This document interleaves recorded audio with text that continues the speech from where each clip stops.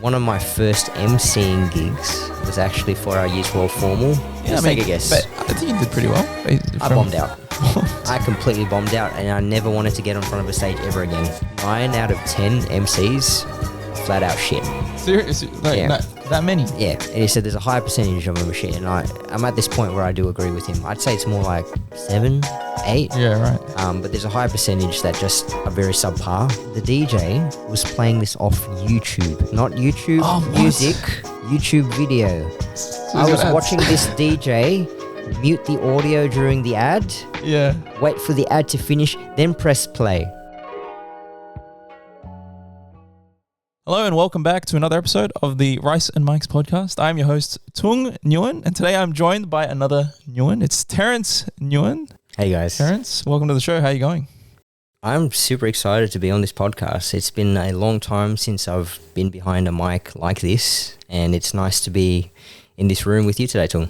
Yeah, well, Terence isn't that shy behind a microphone, but I guess it's a bit of a different setting. So he is an MC, and you've been an MC for the past 6 years, is that right? 6 years, yeah. Yeah, so the difference is this microphone that we're in front of now isn't in front of a large audience of about 300 people. It's just him and myself in front of a microphone in my living room. So I assume the stakes are a lot lower, and you're not as...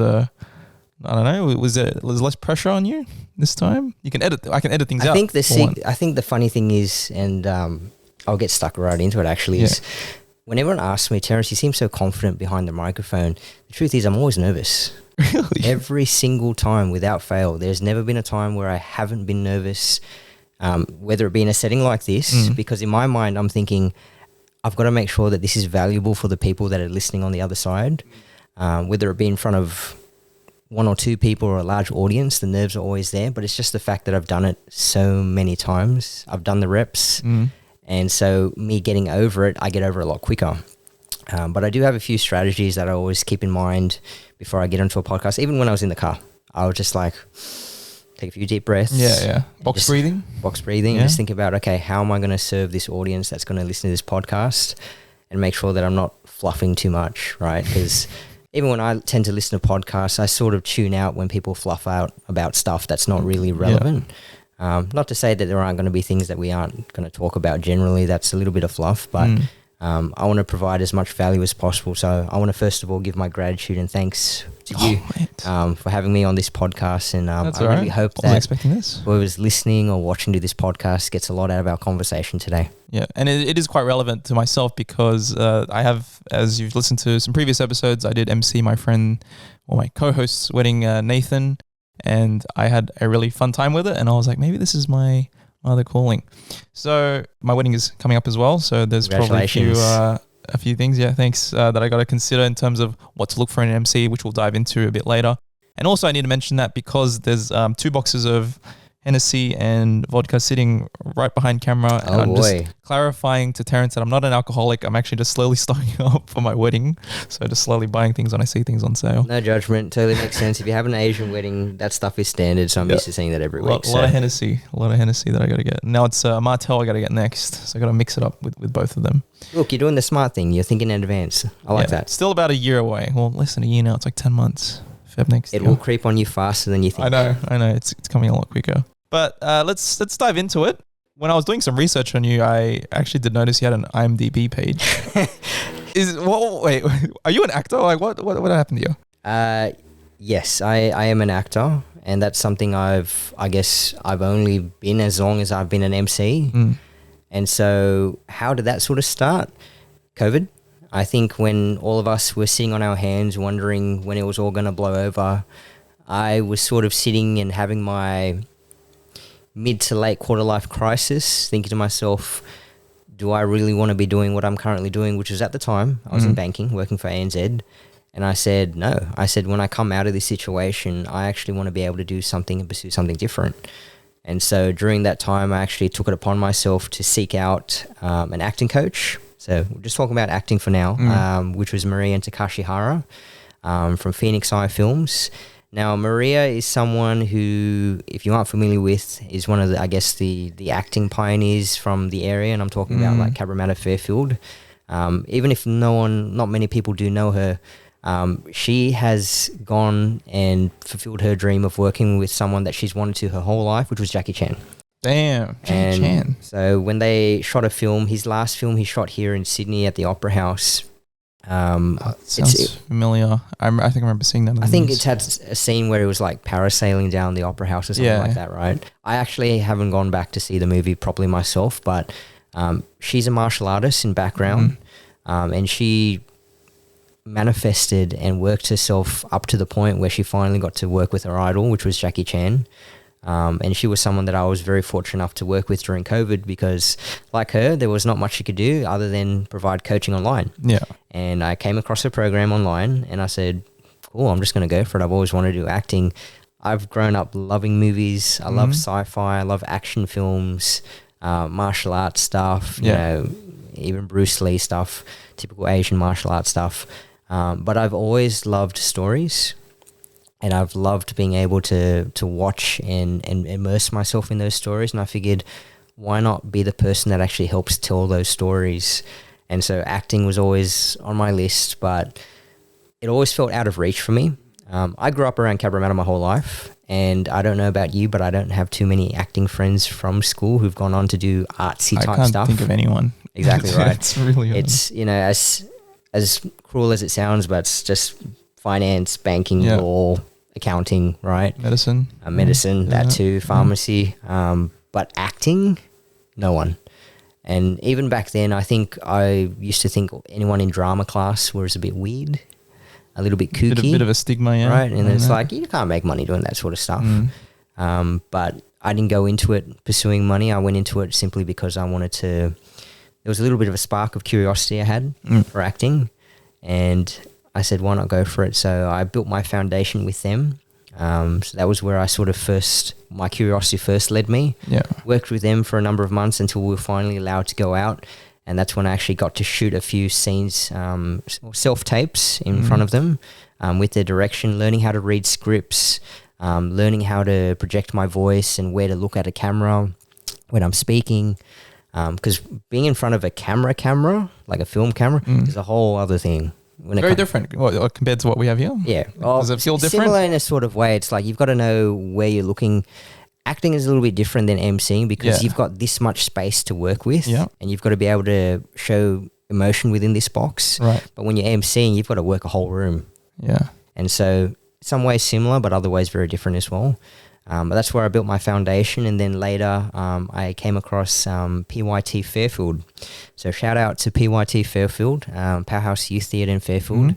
I came across them as a late age actor. Their cutoff for their youth program was actually 28. I was 27. Late age actor. Yeah. So I consider myself I was in an acting class with a bunch of like people from high school. Oh, right? Okay. So yeah, I felt like the oldest I was one of the oldest in the cohort. So you had kids that were either still in high school or just left high school. They've been drama kids for as long as for as long as ever. And I was just there stepping into it for the first time. I only have done a short course and I'm just like, okay, this is a completely new space for me. Very uncomfortable. But I knew that's where I wanted to be and where I wanted to grow. And so I actually was part of a initial 6-month ensemble. So pretty much 6 months working together, learning the foundations of acting. And then I actually was part of the first ever company where a further 6 months. So I was selected I applied for it to be part of the first 6-month company at PYT Fairfield, where I got to play a Vietnamese main character in a theatre performance called Tuan's Party. Tuan's Party, yes. And I got to bring a lot of myself to that character, and I actually got to write part of the script as well. So it was a very collaborative process. But that was my first ever foray into proper acting, my first ever theatre performance. And mind you, I didn't get into acting to do theatre. I got into because I wanted to get into movies, but it's just what I fell into. Yeah. And man, theatre is a whole other beast, and I'll touch on that right now. Film, as you're aware, even with this podcast, we can cut and just redo it. Yeah. Different parts, chop and change, and you can edit and fix it.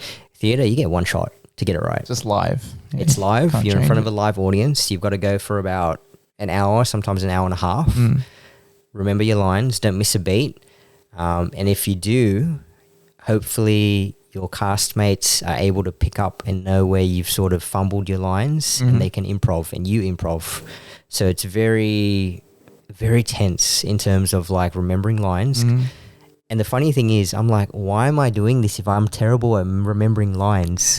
That was my biggest struggle. So I remember the week of production, we were about to perform. So we had a few days straight of performance.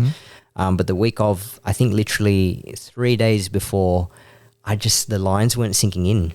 I had pages and pages of dialogue that I was like trying to sleep with in bed underneath my pillow. I was reciting in front of the mirror and it just wasn't sinking in. And I remember talking to my director, Bina, and the co-writer as well. And I said, these lines aren't coming through. And she was panicked. She's like, Terence, you're the main character. You're the lead actor. You need to get your shit together. And I'm just like, okay.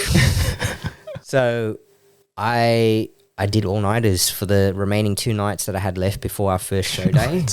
And was it the optimal thing to do? Probably not. But I got it done. And I think that was the attitude that I took, was like, whatever it takes, I got to get it done. You know, I've got too many people counting on me, because you've got cast and crew that are just as invested, who've learnt their lines down pat. I mean, a few of these guys that I was working with, they've been acting for years already. Like they've started drama when they were a lot younger. I was stepping into this for the first time, no experience on stage or in theatre. As a lead. And so I felt like this immense pressure, not only on myself, but like also to represent, I guess, the culture, you could say. And you know, I was really proud to be able to do that. And so, it was a massive success. We sold out all of our shows. And I was like, people like our show and people rocked up. I mean, Bina and the guys at PYT are going to be like, of course they did, Terence. What are you talking about? But for me, it was just like, wow, people show up for this kind of stuff. And I'm just like, the community support was really there. I know there was a lot more people that I wish could have gone and witnessed it. But we did come back literally only last year. And it was so popular that we did a second run of it. We got to freshen up the script a little bit and sold out again. And I was just like, wow. So I didn't even know this was around. Is this something that maybe in future it'll come back?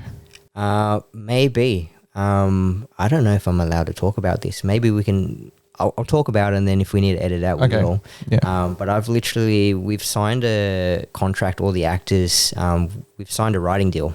Okay. So potentially our script may go out to schools to actually use as a resource. Oh, nice. And we may even hit the road for a potential tour.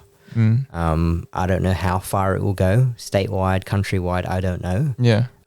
But I've recently signed a what are those deals called where you get like a percentage cut of every show? But anyway, it was my first sort of like residual contract. I guess you could say it's short term. It's for a set period of time. But I was like, cool.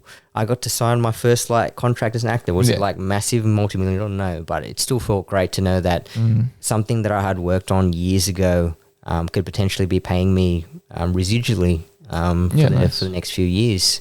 And even be picked up by big theatre companies. So, like you, I was like, I didn't know this sort of stuff existed, but particularly in the area. And when I say the area, I'm talking about Cabramatta, Fairfield, Western Sydney, 2166.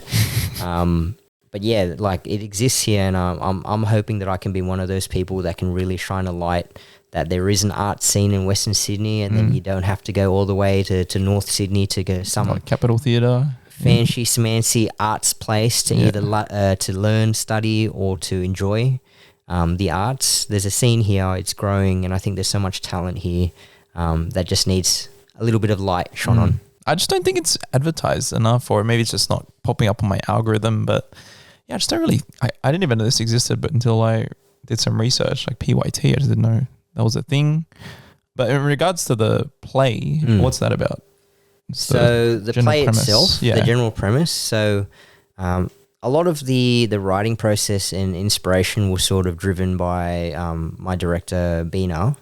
But, we definitely got to have our own input in it. But she got us to watch 2 movies, which was Don's Party. It is a very old, dated, like bogan Aussie movie. It's basically set at a house. There's a party going on, and there's an election going on in the background, and there's a whole bunch of debauchery that's happening throughout the night. So there's dramas, there's people sleeping with one another, there's people cheating, there's people having arguments.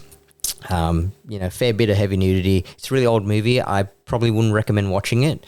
But she wanted to contemporize that in, I guess, the Western Sydney setting with Western Sydney people. Yeah. So she brought that forward to the election between Di Lee and Christina Keneally. So that was the backdrop. It was at a house, my house, Tuan's house, with my partner, my wife there, and my best mate and his new girlfriend. And so we're sitting there, we're having conversations about politics. Tuan's not too interested in politics, but his friend is. So it covers a whole bunch of topics and subjects that I guess if you're in your 20s or maybe even 30s now that you could relate to, having a mortgage, the pressures of having to have a high paying job to upkeep this lifestyle that, everyone glamorizes, or, that everyone perceives that this is the lifestyle that you need to have, the big house to keep your parents happy and your wife happy, a well-paying job so you can get respect, but also following, what you're passionate about as well, and all these little niche subjects that you don't really talk about. So that was all covered in the play. And there was another movie that was played as a bit of influence, which was The Summer of Sam as well. Right. But it was very much a collaborative process where everyone got to bring in their own experiences and really make it our own. I can't say it's mine. It was a shared effort, and it was the first time where I ever got to be a part of something where I didn't just make something. It was something that a whole team got to put together, no matter how big or small. And somehow it just came together. We put on a show and people really enjoyed it. Yeah, now I just feel bad I haven't seen it. It sounds good.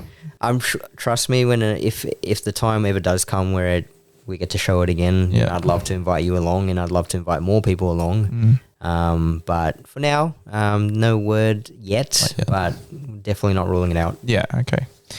So yeah, it does seem like this whole working in theatre, drama, just it built the foundations to where you are now with as an MC. Like, does it help with remembering what to say in terms of like remembering the bride and groom's names, for example, and like what's coming next? Does that help where you don't have to like go off a piece of paper anymore? Or? Well, look, I'm still guilty of actually having a clipboard with me, and I think that's just out of habit. I think there will come a point where I will have to ditch it altogether, only because sometimes there are bits of information that I only find out on the night, and memory is your worst friend, right? So it's always good to have something written down in front of you. Now I do have a colleague, I've had multiple colleagues tell me, Terence, you're not a professional MC if you have constantly always having to have a clipboard or something with you. I've built a career with that clipboard so far. I can ditch it at any time. True. Would I look better without it? I probably would. But for the time being, it still serves me. It doesn't get in the way or impede my job in any way, and it doesn't sort of affect my credibility either. But how that sort of crosses over with acting, it definitely does help with the stage presence, because the difference between film and theatre, like I mentioned, film, you're working with that camera barrel. What's within that frame? Theatre, you've got to work the entire room, and that grandma up in the 50th row, she needs to be able to hear you with her hearing aids on, right? So knowing that, learning how to project my voice, how to take care of my instrument, which is the voice, and you hear that a lot with acting and even singing, this being your instrument. So learning how to take care of this, really important, because, for an actor or someone who's in the speaking profession, this is your main source of income. So learning how to take care of that. So it definitely does cross over. Just for context, you mainly do weddings. Do you do any other events apart from that? Weddings are, I guess, the work that my bread and butter. Yeah. But I do a lot of other work as well. So that includes, look, you know what? My work is not limited to doing pubs, clubs, and I'm talking like trivia nights. I do trivia nights every Tuesday night at a place called Pritchard, which isn't too far from here. I don't tell too many people about it because I don't want people rocking up, but hey, now you know if you want to come visit me on Tuesday night at Pritchard's, I host trivia there. Isn't that better to bring more traction? Absolutely. So come join us. But I do clubs as well. I do club MCing. So for example, I work a lot with Fave Events, and sometimes they'll have like, you know, Vietnamese EDM gigs, and I'll just do some club MCing as well. Club MCing. But I do a lot of corporate gigs as well. So for example, I have worked for the last 2 years for the Liverpool Hospital. So I do their annual galas. I've done charity events, for example, Blue Dragon Charity. They're a charity that I love working with, and I love what they're all about. Blue Dragon, please do look into them. They're all about rescuing kids from being trafficked in Vietnam, and all over, but predominantly in Vietnam. And so whenever they need help, I always throw myself at them and say, what do you need? You know, I don't ask for anything. I'm just like, let me serve. Because that's what I'm all about. But yeah, do a lot of corporate work, you name it, everything. Pretty much anything that requires bringing people together for a common purpose, bringing the energy up, elevating everyone's experience, and just making sure that everything goes smoothly. Yeah. And everyone needs an MC. Absolutely. Yeah. Let's start with the journey on how you eventually got to MCing, which was your COVID project, which we're now talking on my COVID project. So we're kind of intertwining things together. I love that. But what's the overall journey? You finished high school. Did your parents want you to go a certain direction to somewhere? And so let's go on that journey then, shall we? So my public speaking background actually stems from primary school. So a lot of my friends that may be watching this, so the schools I went to were Sacred Heart Cabramatta, I went to Canleyvale, and then St. John's, and then All Saints Liverpool Boys, and then back to St. John's to finish up my high school. Moving school so much? Just circumstances at home. Single mum. There were times we were just kicked out of the places. I've probably moved at least 20 times in my lifetime, houses-wise. Right. It's more than a lifetime. And yeah, so I'm I guess a little bit of context about myself. I grew up in domestic housing most of my life. Well, that was when we did have it. Before that, we were going from place to place, whatever my mum could afford at the time, because she was a single mum. Yeah. Raising me and my younger sister as well. And so I had to constantly make new friends. So as you can imagine, as a kid, that's hard. Yeah. Especially being an Asian naturally introverted kid. I don't think I started out introverted. I just think I became introverted because of my circumstances, where I was always constantly having to make new friends, and it was just so exhausting and tiring emotionally as a kid. And so I used to act up a lot at school, and that was me trying to get attention from people, right? Trying to get the attention that I wasn't getting. You can call it father issues if you want, because I didn't have one. But that was my way of sort of getting the attention that I sought, that I wasn't getting. And eventually it came out in the form of whenever we did have speeches to do, I always thought, why not make a funny twist to it? And I guess one of my favorite and I guess iconic speeches very early on, I remember at year 5, I chose a topic about dinosaurs, right? And I wish I had a recording of it just so I could laugh at myself. But I remember in my mind, I thought this was going to be the best speech ever because I had this whole routine. It started off with stomp, stomp, stomp, the age of the dinosaurs. You can just imagine like a 10-year-old kid doing that. Very enthusiastic. Right. And then I'd start going on and about dinosaurs and the prehistoric age and all that sort of thing and my favorite dinosaurs. But yeah, I always found a way to sort of turn it into, I loved getting laughs from people. Yeah. I loved to entertain. And even at home, whenever we'd have the uncles and aunts come over hot pot and they'd be drinking that sort of thing, and then all of a sudden the karaoke comes out. I'd be the one jumping on the microphone and just singing and dancing and acting like a clown. Yeah. Just having a little bit of fun, just entertaining people. And that became a recurring thing. And then high school happened, and I think high school, I don't know about you, but I just felt like where your light started to get dimmed a little bit because, one, you weren't the oldest in the school anymore. You're at the bottom of the food chain. Yeah.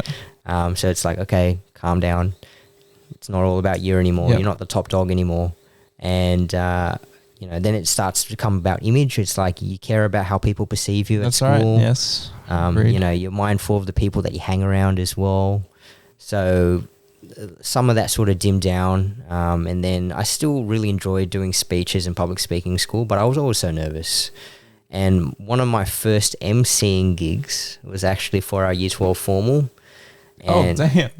And I'll share with you, like, how do you think I went, just based on who I am now? School. Yeah, Let's take a guess. But I think you did pretty well. I bombed out. I completely bombed out, and I never wanted to get in front of a stage ever again. I felt so embarrassed because I actually froze on stage, and it's not like it was like a grand stage or anything. I mean, yeah, we were all dressed up. It was in front of my whole grade. What, about 100? Like 50, 200 yeah, 100, people? 200 people or whatever. Okay. Yeah. But I just got so nervous and I froze and I was stumbling through my words. Most people wouldn't remember it, right? But I always did emotionally. And at that time I was like, I'll never get up to speak ever again. I just don't want to do it. I just don't want to relive that experience. I'll never touch it ever again. So years go by. I've done a handful of things in my career. Like I worked in hospitality. I worked for the Department of Justice. So I worked in the courts.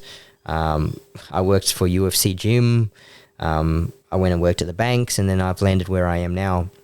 But during that time, after high school, personal development sort of became really important for me. And personal development in the sense that I just wanted to improve. I didn't want to be the shy, introverted kid at heart anymore. Because I knew that I was missing out on opportunities to connect with people or even just like get better jobs, because you need communication skills to get far in life. IT engineer, data analyst, doesn't matter what you do. You may be spending a lot of time behind the desk and computer, but there are times where you do have to talk to people. And as long as that's a thing, communication skills are still going to be very up there in terms of what you need, right? So I figured it doesn't hurt to work on it. So I did small sales jobs where I was forced to sort of had to learn to get outside my comfort zone, to talk to people, learn how to negotiate, learn how to sell. Face rejection. It's a big one. Ton of rejection, dude. Like, it was to the point where I was like, why am I even doing this anymore? It's like, I'd still freeze up. I'd still lock up in anxiousness and nervousness to get up and talk to people. And I was like, why do I keep putting myself through this? But I just said, it's like a muscle. Just got to work through it. And eventually, repetition after repetition, it'll just become muscle memory. And years later, I can say that. It wasn't an overnight process. It took a lot of effort. I did a lot of speaking gigs where sometimes it was in front of like 5 or 10 people or even one person for years. And most people don't realize that's the price that I paid very early on in my 20s. Is like, I've done speaking gigs for a long, long time, but I'm only sort of reaping the rewards for it now. But once COVID hit, that was sort of the real turning point for me. It's like, I need to turn this into a serious thing. So, but taking a few steps just before COVID, doing weddings was always something that I wanted to do. So my friends Immi and Nico, who have been happily married and, you know, have their beautiful son Jordan now, have been good friends of mine since my early 20s. And their marriage was actually the first wedding that I ever attended. And, you know, just attended, not. So I'll share the story. Okay. And I've shared this in front of other people, and I'm sure they'll be okay with it. But back when I was still working at the courts, Department of Justice, at the time I was working at Fairfield Courthouse, I was working behind the desk, and all of a sudden this gentleman, my friend now, Nico, comes up to me, you know, asking for paperwork to get married. And I'm like, oh yeah, cool. You know, where's your fiance? And then here comes Immi, beautiful, gorgeous, and well, they're both good looking people. And I'm like, oh, cool. All right, cool. You know, let's do this thing. So I filled out their paperwork, told them exactly what they needed to do, who they needed to bring, and what they needed to sign, and we set a date. So fast forward a few months, day comes. So they had a registry marriage, in case you weren't following along with what's happening. So they got married at the courthouse initially. He's from Finland, she's from here. So they're both Vietnamese background, but he's Vietnamese Finnish and Vietnamese Australian. So they got married at the courthouse there. Now, when they arrived, he was wearing a suit. She was wearing a very simple, lovely dress. And I asked him, so Nico, let's do this thing. You ready? And this guy, cool. Did you bring your 2 witnesses with you? He just looks at me and goes, what two witnesses? And I'm like, oh my God. I'm like, you understand you need two people to cite and sign on your marriage certificate to say that they've witnessed you getting married. Yeah. I explained it to you in length initially. Mm-hmm. And he's like, oh. And then he looks back at his fiance and he's like, babe. And she looks at him like dead stare. And like, babe, are you serious? I go to my boss. I say, let me see what I can work out. So I go to my boss at the time and I ask him, so what do we do? These two clowns, they forgot to bring their two witnesses with them, right? This was before we were friends. Yeah. And my boss goes, well, you seem to get along with the guy. Why don't you just be a witness for him and we'll grab someone else from the office to be a witness for him? So it was ironic that the other person was also Vietnamese. Not that that would have mattered anyway. But that was the first ever, I guess you could say, wedding or marriage that I ever attended. And that was like more than 10 years ago. So a long time. So the seed was planted at that time, but I never really acted on it at the time. Yeah. But I knew there was something so special about being part of that moment that I knew that, wow, this is something special. What to do with it, I didn't know at the time. But I was still working on my communication skills. And then fast forward, I took it upon myself to do Toastmasters just before COVID happened as well. Yep. So we still got to do in-person sessions. I was practicing my impromptu speeches. I competed locally as well, won a few competitions and really refined my speaking ability. Now, talking about Toastmasters, in case you're not familiar with it, Toastmasters is actually a worldwide public speaking organization.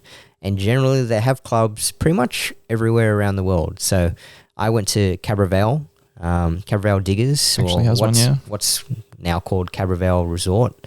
And I was there for a period of time learning from them. I went to a few of the annual conferences as well, listening to other people of high caliber, you know, trying to learn to emulate how do I speak like these people who have so much confidence and that are speaking on world stages, because I wanted to do that as well.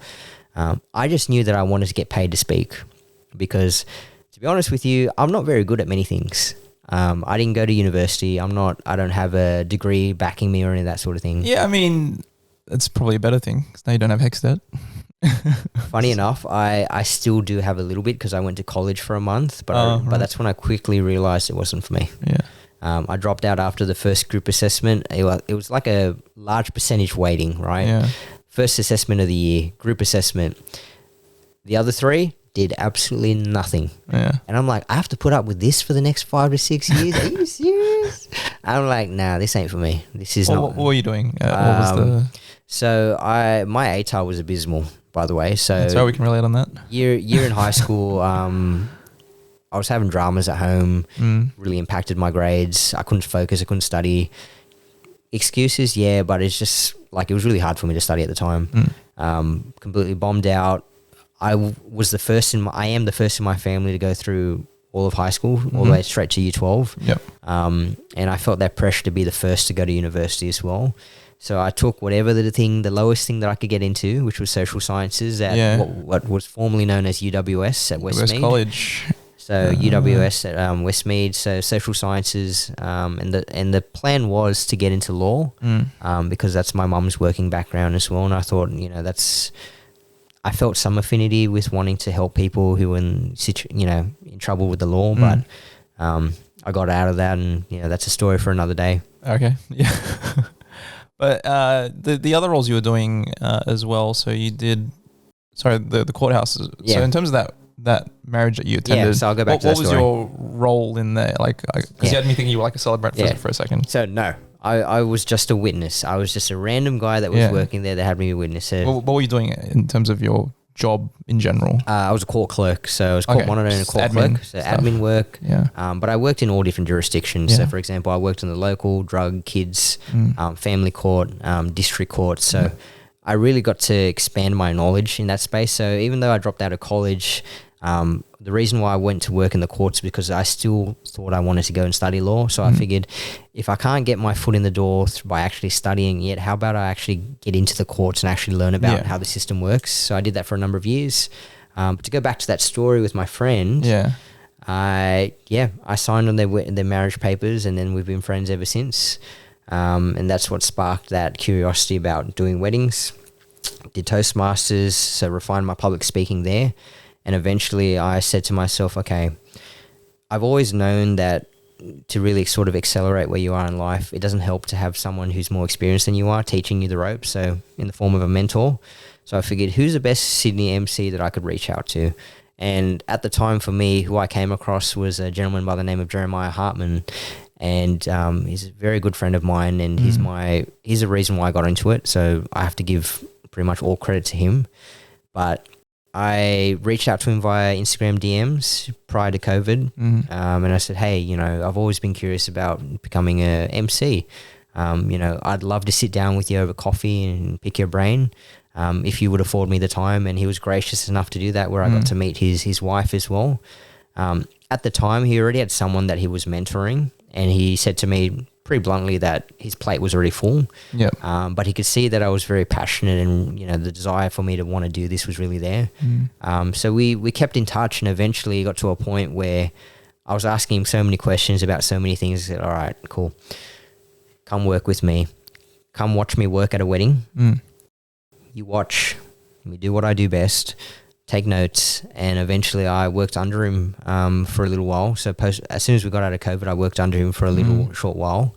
And I would have been happy to stay there, but it got to a point where even he said this himself, he's like, Terence, I think you've sort of outgrown me. I think it's time for you to go and spread your wings, because even from the moment that we got let out of COVID and I started doing weddings, I hit the ground running. I was chasing work. I was wanting to improve so much. And there's this phrase that he used when it comes to being an MC. I don't know what your perception of a wedding MC is, but generally people don't think too highly of them. And that's what I would say. They don't require a degree, right? Yeah. And when you say wedding MC, you're generally thinking of like an older uncle or some old dude that, cracks a few jokes, sometimes a little bit inappropriate, in front of a microphone, and keeps things in order. That's like the bare minimum, right? Yeah.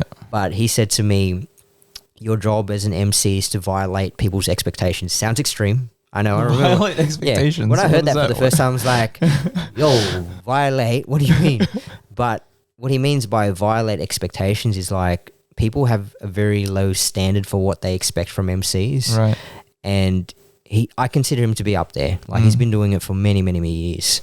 And so when I walk into a wedding job, I want people to know, wow, this guy does way more than just stand in front of a microphone, dress well, and is well spoken. There's a lot that goes on behind the scenes, which I'll break down for you as well. Yep. But I went in with that mentality that he shared with me. I absorbed everything like a sponge in my first year working with him. And it got to the point, because he was taking a commission from every job that I was getting. And I said, Jeremiah, I want to turn this into a full-time thing. I want to quit my job at the bank. I just want to go all out with this. And the only way for me to do that was for me to go out and on my own. As scary and as intimidating as it was, I didn't feel like I was ready. But the truth is, you never will be ready. You just have to decide when you are. Yeah. And when I made that decision, I just said, let's go for it. Let's fucking go. Let's go all out. Yeah. When you first started, how were you finding gigs initially? So it was a case of being at the right place, the right time. So as someone who's now on verge of getting married, imagine if you had booked your wedding during COVID. How many other people do you think would have had their weddings booked during COVID? Just before it hit. 2 years worth. Right. Yeah. So I stepped in at the right time, because there was 2 years of backlog. Oh, so right. demand was here. How many MCs? So I walked in at the right time, right industry. So I pretty much hit the ground running. I undercharged a lot when I first started. I think that's generally what happens when you start your own business, because you don't believe what you're worth. Yep. And so speaking of which, what is the usual average going rate for an MC these days? Usual average, I used to think 500, and I think to most people that sounds pretty fair. But if you've got sounds pretty cheap, to be honest. Yeah, it is really cheap, and I think there was a point where I was charging that, unfortunately. But I would say sort of middle tier, you're looking about $1,000. I charge double that. That's my starting rate now. But yeah, to go back to that initial question of what was it like at the very beginning? I just right time, right place. What did you post? Just like Facebook? People were like, yeah, we need MCs. And just like, I think for me, one of the big skills that I sort of developed is networking with people. And I think the really important thing to do is networking with people within the industry. So whatever jobs that I did get initially, and it's not like I was fully booked out straight out of the gate. No. Yeah. Like I was dribs and drabs here and there. But whatever gigs that I did do, I made sure that I left a good enough impression where even the vendors would say, wow, I've never worked with you before, but I would love to work with you again. You're different to most other MCs. Yeah. And I remember asking a really experienced photographer for the first time when I worked with him, and he's been in the industry for like 20 years, he says, Terence, 9 out of 10 MCs are flat out shit. Seriously? Like that many? Yeah. And he said there's a high percentage of them are shit. And I'm at this point where I do agree with him. I'd say it's more like 7, 8. Yeah, right. But there's a high percentage that just are very subpar. You know, they do it part-time. They're not all in it, all in on it like I am. But they also don't treat it with the respect that it deserves because, one, weddings are not cheap. They start at 6 figures. Anyone who's doing weddings sub that, like, I get it. You're probably doing a lot of DIY. Yeah. You've got a very small guest size. The idea. Doable. Yeah. Get married the way you want to get married. But generally, I think even from our culture, you're starting at 6 figures because you've got to invite all the family. Yeah, it's very all big. the uncles, the aunts. Even if you haven't seen them for like a really long time, you've got to invite these people along you haven't met in a long time because your mum said so. Extended family. You know, your venue costs start anywhere between 20 to 50 grand alone for the venue itself. Add on food, add on drink, add on decoration. We're not even talking about other vendors yet, like wedding planners and coordinators and that sort of thing. So 6 figures, very, very easy to reach. Yep. So yeah, quite expensive. Yeah, generally, I'd say like from $1,000 to $2,000. I think that's sort of the industry norm. And I'm of the belief you very much get what you pay for. Yes. And so my thought process behind it as well is, I think MCs need to charge a lot more and start getting better at what they do because they represent so much of the wedding. Like the way I think of it is, you've got all your styling, you've got all your decoration, you've got the venue itself, stunning and beautiful, but the person behind the microphone is representing not only the couple, but both of their families and pretty much the whole night. Yeah. So the way that they present themselves, the way they carry themselves, the way they speak, the way they present, it has to match the room. So if you've got like a drunken uncle with his shirt popping out, you know, with drinks in hand, getting drunk all night, you know, cracking inappropriate jokes, and you're like in a really bougie venue, there's a very strong mismatch there, right? Right. So if you want to have like an elevated experience, you've got to have someone that matches that as well. So, but the key thing to be a good MC is you've got to be a chameleon. You've got to be able to match the room that you're in. So whenever a couple asks me, Terence, what's your style of MCing? What's your hosting? Generally, I'm a pretty laid back guy. I'm a very laid back, but I know how to read the room, and that's a skill in itself. Yep. And good DJs need to have that as well, because not every room that I work in is exactly the same, because the venue is different, but also the people are different. That's what I was going to ask, because I was like, I thought MCs usually have like a certain style that you go with, so maybe you want like a really upbeat guy, so you hire that, but I didn't realize that it changes depending on what it's like. I think, you know, definitely stay authentic to who you are. Like for me, you know, very articulated, you know, generally pretty well spoken, laid back, like to have fun. Yep. But if I'm at a club, I can't sound like a posh person, right? Okay. You know, if I'm working in a club, the different setting, right? Yeah. You've got to be able to read the room. Yeah. You know, if I'm at a barnyard wedding with a bunch of laid back Aussies, you know, the last thing they need is some guy that's talking really pretentious, really slow.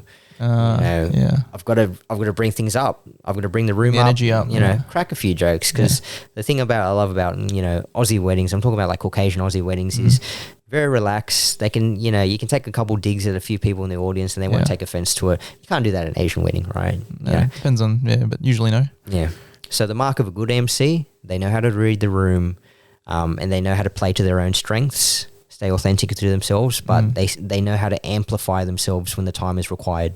I've been to some weddings where MCs just sort of just do, you know, just read out what's next, really, and there's not really much building the energy in the room, for example. I mean, you said 7 out of 10. That's a pretty like wild number that I'm hearing now, that because usually people want MCs, they're trying to save money, so they'll just be like, oh, we'll get the DJ to do it, and that kind of saves money. But maybe the DJ is not really suited for that sort of thing. He just does like, oh yeah, so yeah, now it's time for cake cutting or whatever. But that's about it. Just read out what's next.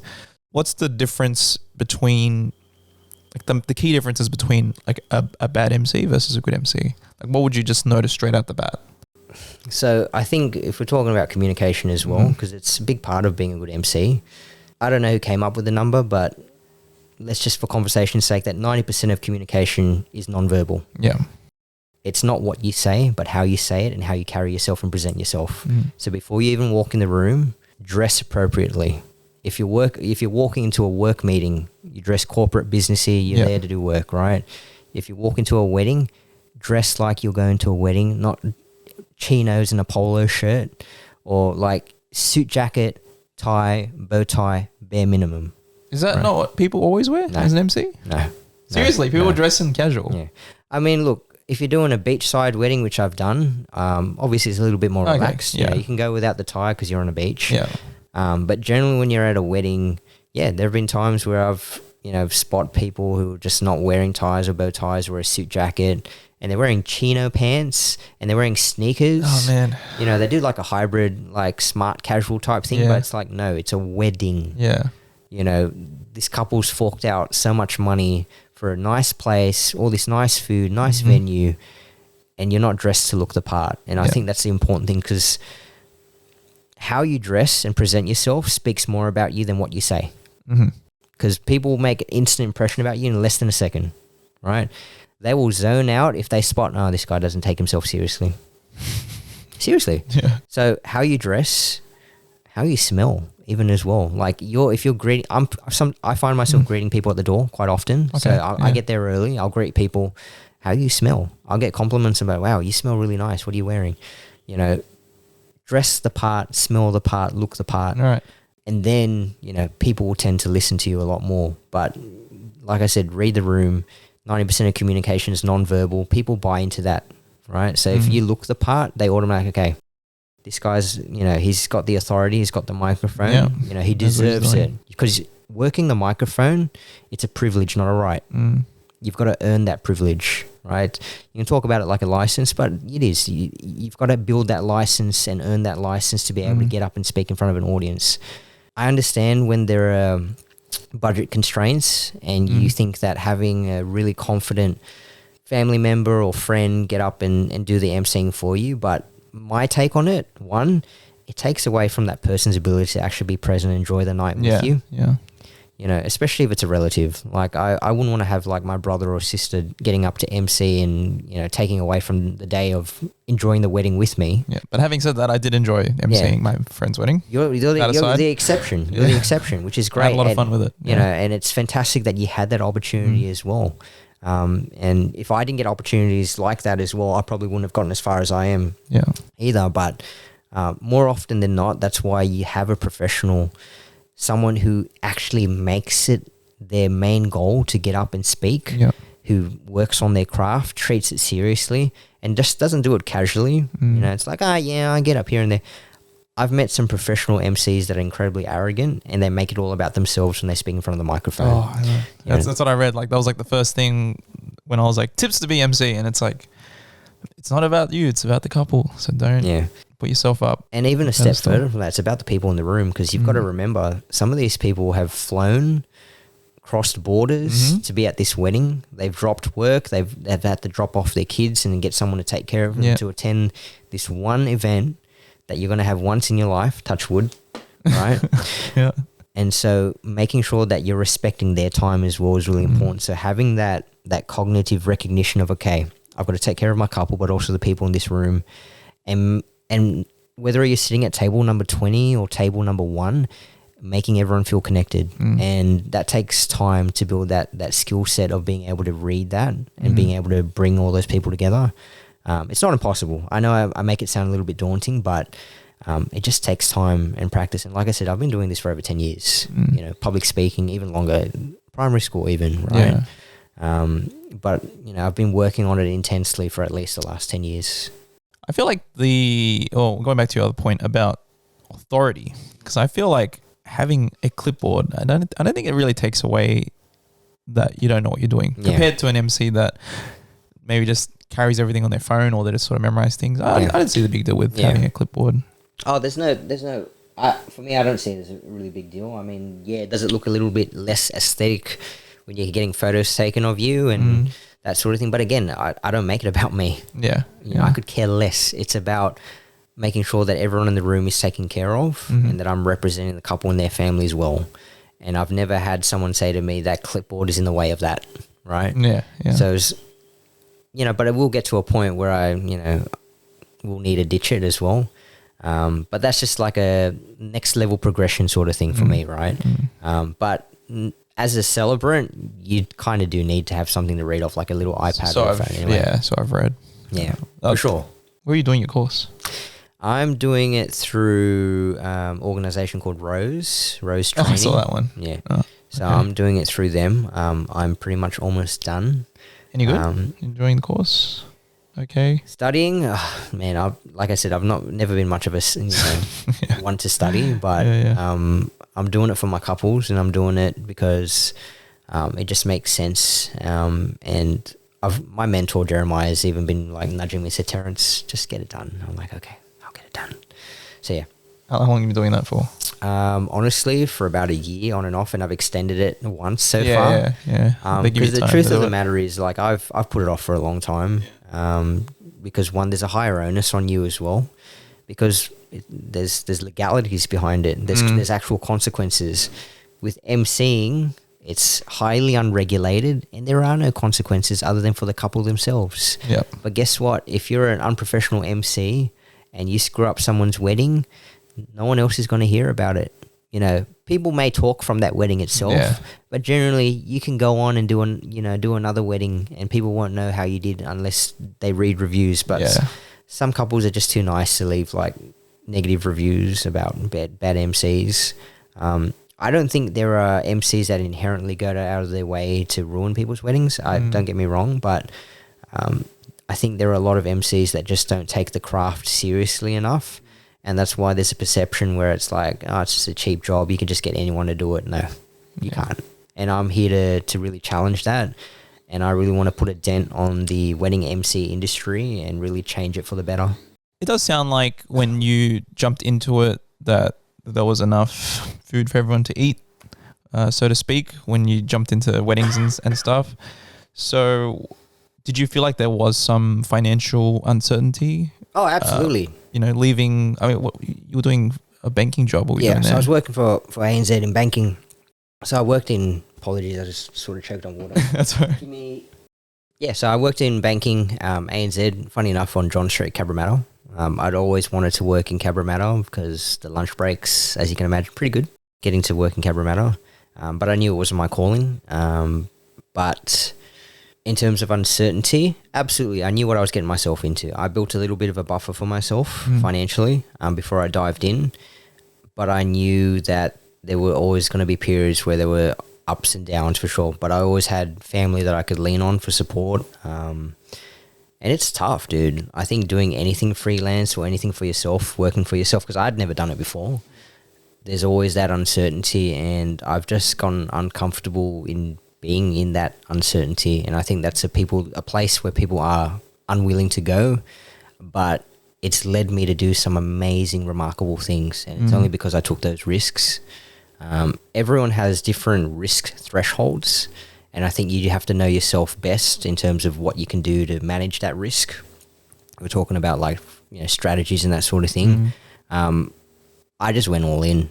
Whatever I had little left, I said, I want to live off this. Whatever happens, happens. I'm just going to put in the work, continue to back myself, and just know that this is where I'd rather be than anywhere else. Yeah. And you were living at home as well, right? So that was... No, I was share housing for a fair bit. Yeah. And then I moved in with my partner now, so my now partner. And we've been together for a while now. And yeah, if it wasn't for her support, I wouldn't have gone anywhere near as far as I have. And she continues to support me. But I also want to make clear, I haven't made it yet. Like I've still got a long way to go. It sounds like you're doing pretty well for yourself, though. I think I think from the outset, it definitely does sound like, and it does look like I'm doing well, and I feel like I'm doing well. And I think I have to acknowledge how much I've progressed for sure. Like where you're at now. But I haven't made it yet because I'm living off what I make, and I think that's the first step, right? It's just being able to live off what you make, right? Oh, okay. So it hasn't supplemented like a, I don't know, full-time salary just yet? Or? Nowhere near yet. But you know, I've cut back my lifestyle a lot, in order to accommodate for that, and I wouldn't have it any other way. You know, I'm a pretty simple dude. You know, I don't go out and eat all the time. I'm buying fanciest, newest tech and whatever. No, like I'm still rocking the 22 Ultra. I'll be rocking that thing until it dies. You know, I've got a few things that I, you know, my little guilty pleasures here and there, but like I scale it back. Like even with gym memberships and that sort of thing, like I still train. I still think health will always be the foundation for everything. And I mean that health will always be the foundation of everything, because if you don't have that, you don't have anything. So I meal prep a lot during the week, and then on the weekends, you know, if I want to splurge a little bit, I splurge a little bit, but I've scaled back my life a lot compared to when I was working full time. I don't go out as much and eat out as much, mostly because I don't have as many friends as I used to. I do, but you know, they're all the types to be going out and traveling all the time. Just like, nah, you know, I'm putting my head down. I'm focusing on this thing that I love to do, and that what I want to be doing for the rest of my life. Obviously, how I do it will evolve over time. But I'm just enjoying the process of it. Like where you're meeting me right now in terms of where I'm at in my business. You know, I'm still in the thick of it, man. Like I'm still grinding. I'm still looking for work. You know, there are periods in the year that I've still got that are a little bit not as busy as I would like it to be. And I'm still working to fill those, but that's just part of the process, you know. There's extreme highs, you know, times where I do international weddings and events, that sort of thing. Well, you've been flown out. Yeah. Flown out to the Philippines, and I've got another 2 international weddings lined up. One later this year in Bali, and next year Thailand as well. That's a pretty good milestone to have. Someone absolutely. Would fly you out. That's always been on the the dream vision board for me. And then throw on top of that becoming a celebrant as well. That just, in my eyes, that just pretty much guarantees me to get work, because I'll be the all-in-one package. Well, not just yet. Not just yet. But yeah, I'm blessed to be where I'm at right now, but still such a long way to go. But I'm just enjoying the process of it. And, you know, I have my set goal in mind, don't get me wrong, but I'm not so focused on it and fixated on it. I'm more just focused on what can I do today that will make all the difference tomorrow. Yeah. And that's where I'm at right now. Jason, what a great tea party this is. Hello, Tuan. Yes, it is. If only there was some way of preserving the memory of this great party. That would be a great idea. Let me try to call someone on my new iPhone 17 512GB in white with 2 cameras.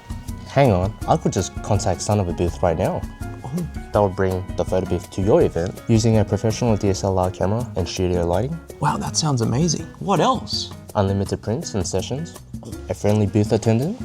Instant QR download straight onto your phone. That's incredible. Do the people listening to this podcast get any bargains? Well, I just got off the phone with the CEO. Anyone that mentions Rice and Mike's podcast will receive 15% off. That's incredible. That is a huge savings as well if you've got a wedding or some sort of event like that. All right, enough of this ad. Let's go take some high quality photos now and preserve these memories. Let's go. Insert camera pun here. Please edit later.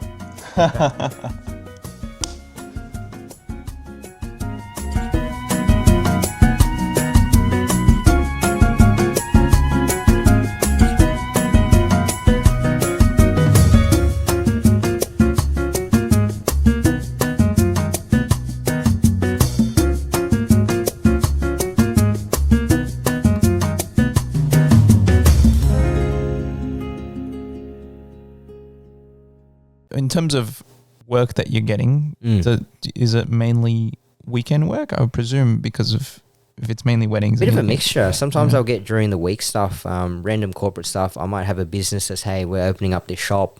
You know, we just need someone to get out the front and, you know, just do a little bit of promotional work for us. Cool. You know, sometimes I've get acting work as well.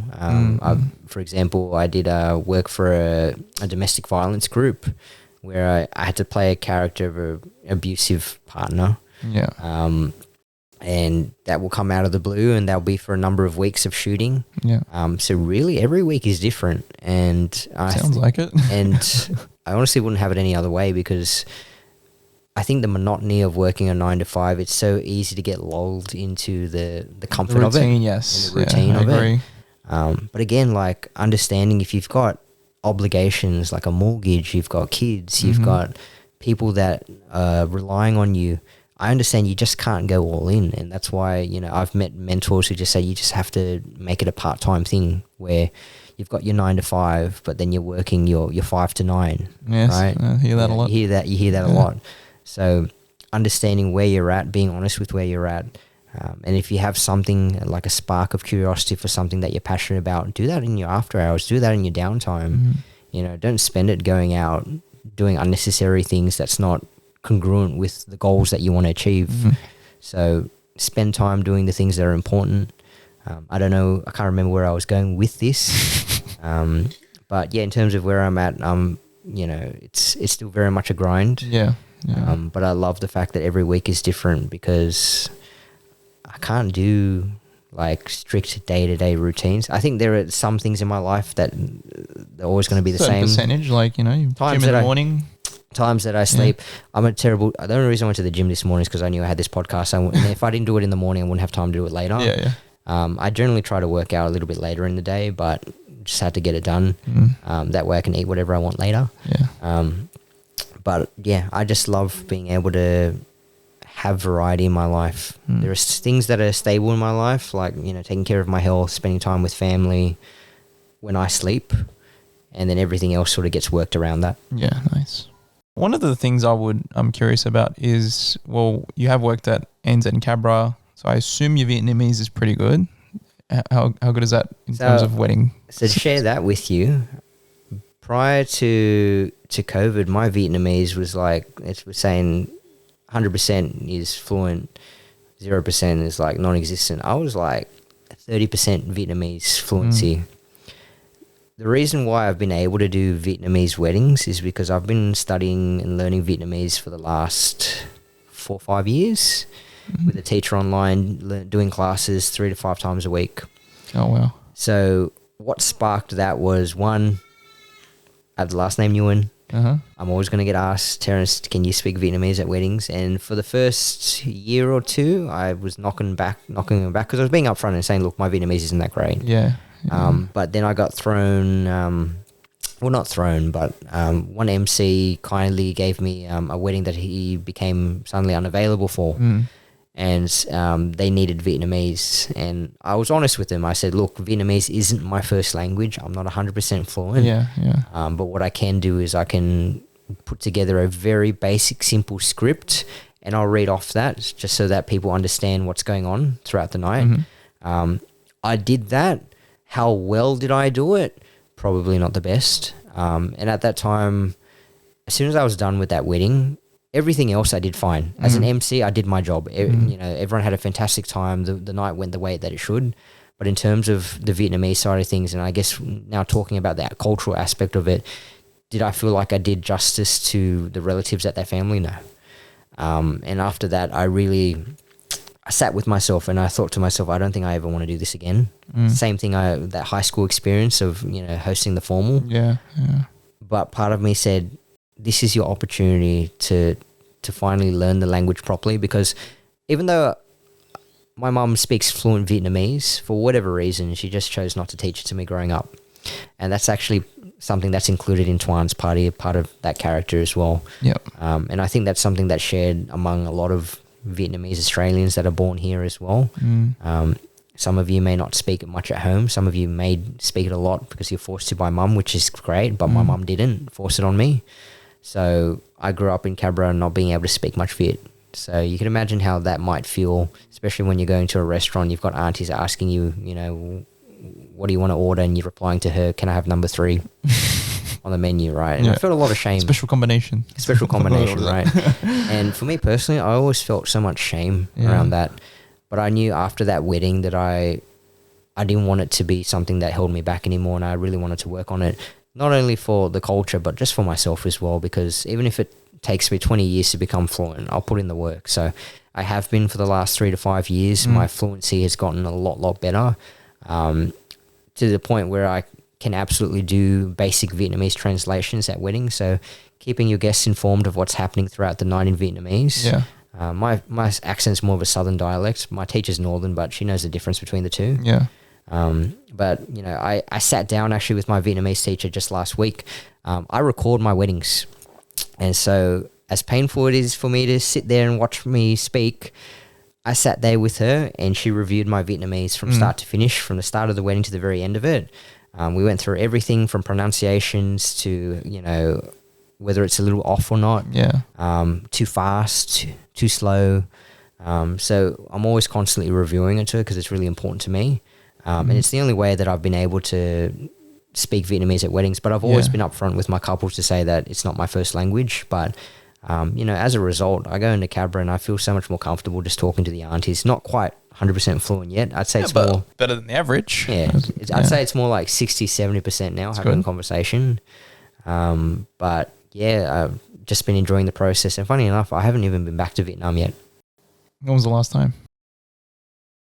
0. Oh my God. But now you'd be more confident going back to Vietnam. Yeah, I think, you know, there's always that part of me, and I think that goes for every, maybe not every, but I feel like every Vietnamese Australian that's born here, there's this part of you that sort of yearns to go back and just see where your roots are. There's definitely that part of me that's calling out for that. But for now, how I sort of fill that gap is by learning the language, you know, 3 to 5 times a week. You know, being able to service my couples, and, you know, when I get the mums and dads even telling me that you've, you know, gone giỏi quá, nói giỏi quá, it's like, oh, come on, Nico. So it makes it's like, okay, if mum and dads are happy, I did a good job. You know? But yeah, that's my Vietnamese, my ability at the moment. And funny enough, I've done so many Vietnamese acting work where I've got to bring my culture into it. I've intentionally, like I've sort of manifested that for myself, where it's like whatever acting work that I do, I want to bring as much of myself and my Vietnamese background into it as possible. Yeah.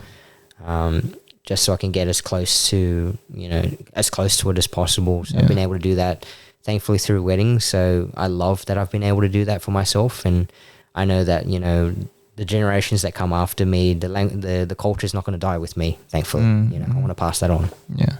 It's kind of sad when, you know, you're hearing that the Asian aunties, uncles, they're happy that you're doing like at least the bare minimum for Vietnamese, because my Viet's not that great. I'm actually kind of similar. It's space as you right now, where conversation, it's okay, but then when I get to the more complex words, that's where I kind of freeze up. I'm like, oh God, like, how do I say that? There's a lot of formal Vietnamese words that I was not aware of that you would only use at a wedding. So, you know, there are some conversational language words you wouldn't use at a wedding. There are like formal words of saying things. So, but yeah, it's definitely a learning process. And, you know, I think it's a journey that you might want to embark on as well for yourself. But I think it's definitely worthwhile to sort of get a teacher if it's something that you definitely want to see yourself doing. I mean, I'm kind of like picking these and like, you know, thinking of what I can do. Because like, for example, let's say toilet. Yeah. I'm pretty sure most Viet people that would just say toilet. Toilet, no. But what's what you would say in a formal setting? Like nhà vệ sinh. So yes, nhà vệ sinh. And it's like, no one speaks like that. Yeah, right. And because there are times where you do have relatives that actually are straight from Vietnam. And so there's a chance they know what a toilet is. But just for formality's sake as well, especially for the grandparents that are still around, you know, just trying to keep it formal for them so they feel included as well. But that's why I go that extra mile, and I've continued to say yes to doing Vietnamese weddings. But I never do like one-on-one translations on the spot of like mums and dads' speeches. I can't do that. No, that's a whole other skill. You know, I'll get to that point eventually, but just not yet. But I'm happy with where I'm at, and generally the couples that sort of okay with that, they're like, Terence, 80% English, 20% Vietnamese. Throughout the night, we're happy with that. Actually, a funny thing that I've heard is there's a bigger ratio of fluent native Vietnamese MCs that are ESL compared to the other side, where you've got native English Yeah. with like some Vietnamese. I've heard there's a bigger ratio of the other side. Yeah. Is that something that you've noticed, or I don't know how to if you can confirm. Look, when I'm thinking about let's just talk Sydney, right? Because Yeah. I don't know about the other states and countries. Sydney-wise, there are a handful of proficiently Vietnamese-speaking MCs/celebrants that can also speak English. But I find that a lot of couples that book me, they want someone that sounds like them, Yeah. Right. right? And so I don't have a strong, heavy Vietnamese accent, and that's my strength. That's my advantage. My weakness is being able to speak fluent Vietnamese, and so I have Vietnamese MCs colleagues that I will lean on and be like, hey, if you want someone that's like knows Vietnamese to a T, has the authentic accent and everything, but can also speak English, this is your person. There's a couple for everyone. There's a vendor for every kind of couple. It's just about finding the right fit. All right. Another point. I'm sort of jumping between to another point where you're saying that you're doing a disservice for MCs if you're not performing to the right standard that they should be. With that point, do you find that a lot of work that you find is via word of mouth between Absolutely. couples? Yeah. Absolutely. You walk into a room of 200 people, you do a really good job. There's a high likelihood there's at least one engaged couple That's what I was going to say. that has seen you do a good job. Yeah. And that's why it's important to be posting some stuff. I'm not a social media person. That's one of my weaknesses, and I know that for a fact. You have to become one when you start a business. But here's the kicker. I've still gotten tons of work without having to post every single day. Yeah. Because word of mouth is the most powerful way for you to get work. I think a word from a couple that was physically at a wedding that saw you work is stronger than whatever social media post you have out there where you're going blah, blah, blah about here's some wedding tips, right? Yeah. That will always be the strongest form of referral is word of mouth. So making sure that room that I service with however many people there leaves a good lasting impression, because there's a good chance you might run into them again or they might DM you the night after. Yeah. And that's what I find happens a lot. So when I'm tagged or at least reshare stories or post my own stories and tag other vendors and the couple themselves, that's how I find other couples will find me, because brides and grooms, they're very undercover.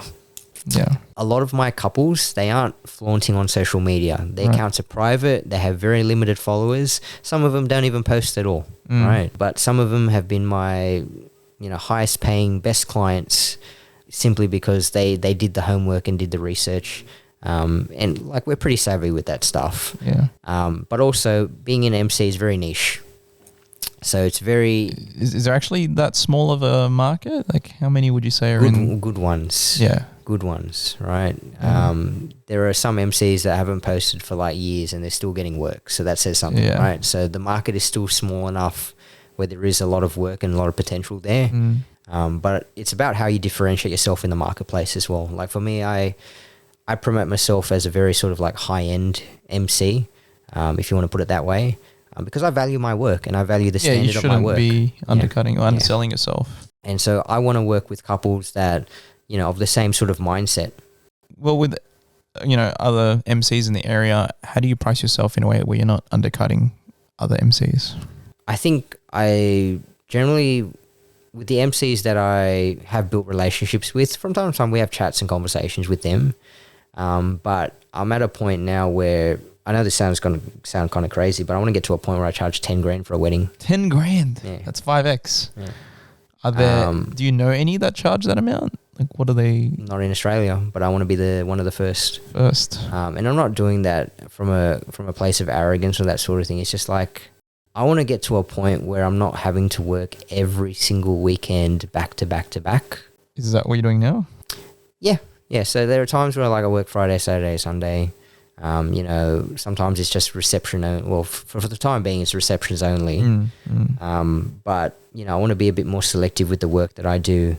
But also, I'd love to travel abroad a lot more. Yeah. And so right now, am I charging that? No. So get in early. But I would love to get to that point. And I know that sounds really absurd and really crazy, but for example, in your regular job, whatever it may be, 6 figures sounds about normal, right? Doing your 9 to 5, your Monday to Friday, But for me, like, in order to make that, I need to charge those sort of prices because I love what I do and I know I'm good at what I do and I'm only going to get better from here. So there will come a point where I would love to charge that much so that I can start living the lifestyle that I want to live and be able to provide for the people that I really care about. But at the same time, I want to make sure that I build myself up to that point where I am worth that and couples get that from me, you know. So I'm not charging that now. Will it be anytime soon? Probably not. But that's sort of the pipe dream. That's sort of what I want to work towards. But that's the caliber that I'm chasing. Yeah. Because that's what you would compare, for example, if you were to get like a $1,000 photographer versus the $10,000 one. Oh, yeah. And then people see the portfolio of the 10,000, they're like, well, this guy's like, he's worth every dollar. 100%. Yes, that's what you're trying to absolutely. And drive so, towards. You know, and MCs are responsible for so much of the wedding. Like, you don't even understand. Like, now that you've sort of done it yourself, you're responsible for the mood, the atmosphere, the ambiance, the energy, right? It's not just about making announcements. It's what we often provide is intangible. We're not a photographer that can offer you this beautiful portfolio of photos post wedding, or a content creator that can give you these amazing reels in 24 hours, or a florist that can give you all these amazing flowers and styling on the night. What we offer is intangible, but it what brings everything together. We are the glue that brings everything together, and without that, you just have a bunch of people sitting in a room with a bunch of stuff. That's how I put it anyway. Yeah.